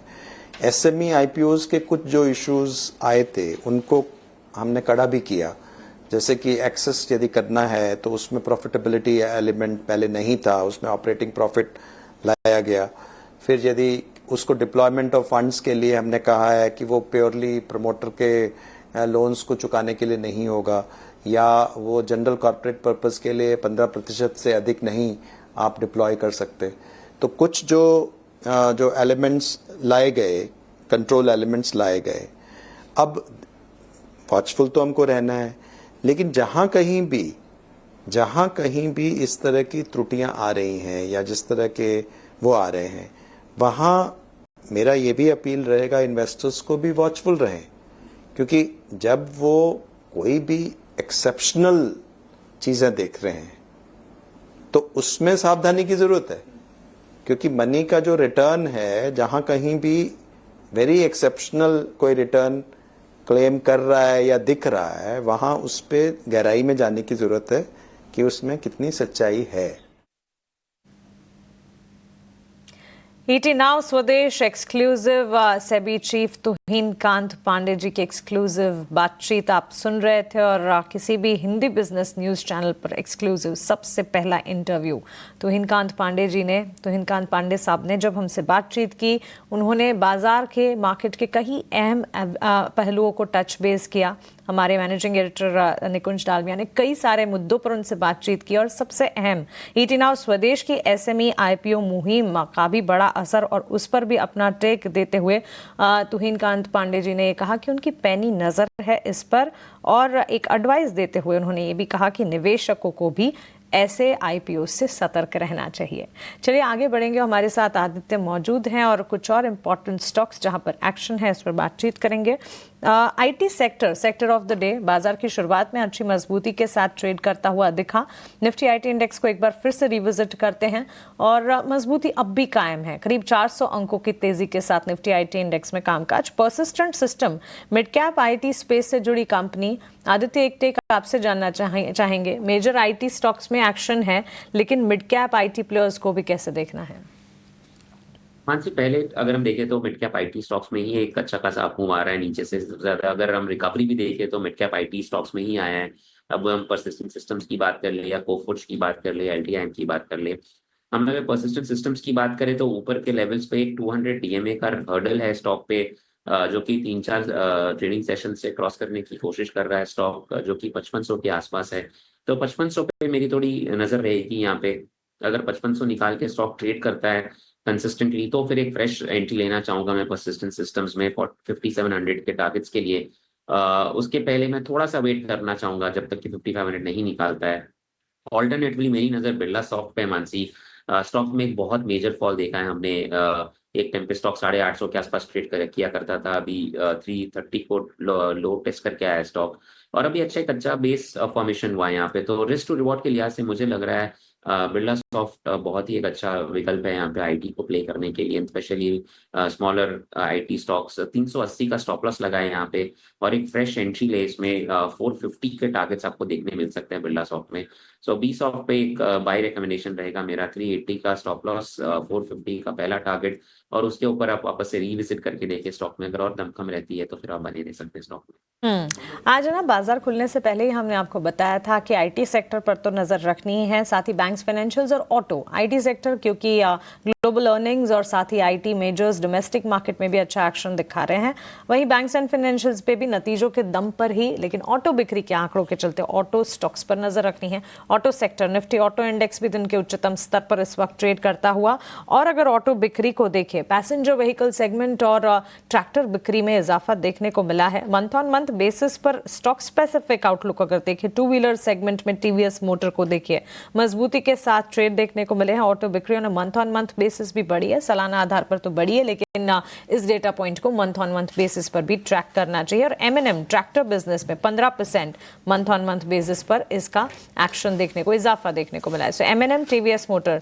Aditya, before we let you go, auto stocks में पर्टिकुलरली TVS मोटर और M&M पर अपनी राय, और ऑटो एंसिलरी पर अगर कोई आपके पसंदीदा प्लेयर्स है बताइएगा। हम ऑटो में प्लेयर्स की बात कर लेते हैं, OEMs की, तो मेरे हिसाब से M&M बहुत अच्छा लग रहा है मुझे। एक अच्छा कंसोलिडेशन हुआ, 200 DMA के आसपास कंसोलिडेट किया स्टॉक ने, और आज एक फ्रेश ब्रेकआउट देखने मिल रहा है हमें। वॉल्यूम्स भी ओपनिंग ट्रेड्स पे बहुत अच्छे हैं। तो करंट लेवल्स पे मैं सजेस्ट करूंगा आप खरीदारी बिल्कुल कर सकते हैं। 3100, 3200 तो टारगेट्स लगाएं यहाँ पे, और नीचे आपको स्टॉप लॉस लगाना है 2900 का। तो 2900 का स्टॉप लॉस लगाए, इनफैक्ट 2950 का भी स्टॉप लॉस आप लगा सकते हैं, क्योंकि वही ब्रेकआउट पॉइंट है इसका। 2950 के स्टॉप लॉस के साथ आप खरीदारी करें, और ऊपर में 3100, 3200 के टारगेट्स लगाएं। अब अगर हम TVS मोटर्स की बात कर ले, तो एक रिजल्ट्स के बाद स्टॉक ने एक थोड़ा बहुत प्रॉफिट टेकिंग देखा, उसके बाद एक आध अच्छा मूव देखने मिल रहा है वापस से स्टॉक में, तो डेफिनेटली ये भी अच्छा लग रहा है मुझे। और कहीं ना कहीं आपको 2900 के लेवल्स, ऊपर के लेवल्स तक देखने मिल सकते हैं। But between M&M and TVS motor में प्रेफर करूंगा M&M को। अब अगर हम ऑटो एंसिलरीज की बात कर ले, तो इसमें बालकृष्णा इंडस्ट्रीज बहुत ही बेहतरीन लग रहा है मुझे। काफी समय के बाद स्टॉक में एक अच्छा खासा मूव देखने मिला है, और मुझे लग रहा है यहाँ पे एक अच्छा मूव जो देखने मिला है वो कंटिन्यू हो सकता है। ऊपर के लेवल्स पे 2900 का टारगेट है यहाँ पे, तो फ्रेश एंट्री ले सकते हैं करंट लेवल्स पे भी 2900 के टारगेट्स के लिए, और नीचे स्टॉप लॉस आपको इसमें लगाना है 2650 का। ठीक है, ऑटो एंसिलरी दोनों में इस वक्त अच्छी खासी रफ्तार है। टायर स्टॉक्स भी अगर देखेंगे अच्छे खासे एक्शन के बीच कामकाज करते हुए, और इसीलिए एक टेक्निकल आउटलुक यहाँ पर बिल्कुल बनता है। आदित्य, बहुत शुक्रिया आपका हमारे साथ जुड़ने के लिए, सवालों के जवाब देने के लिए, और मार्केट पर अपना आउटलुक हमारे साथ शेयर करने के लिए। Thank you so much. Have a nice day and a great weekend to you.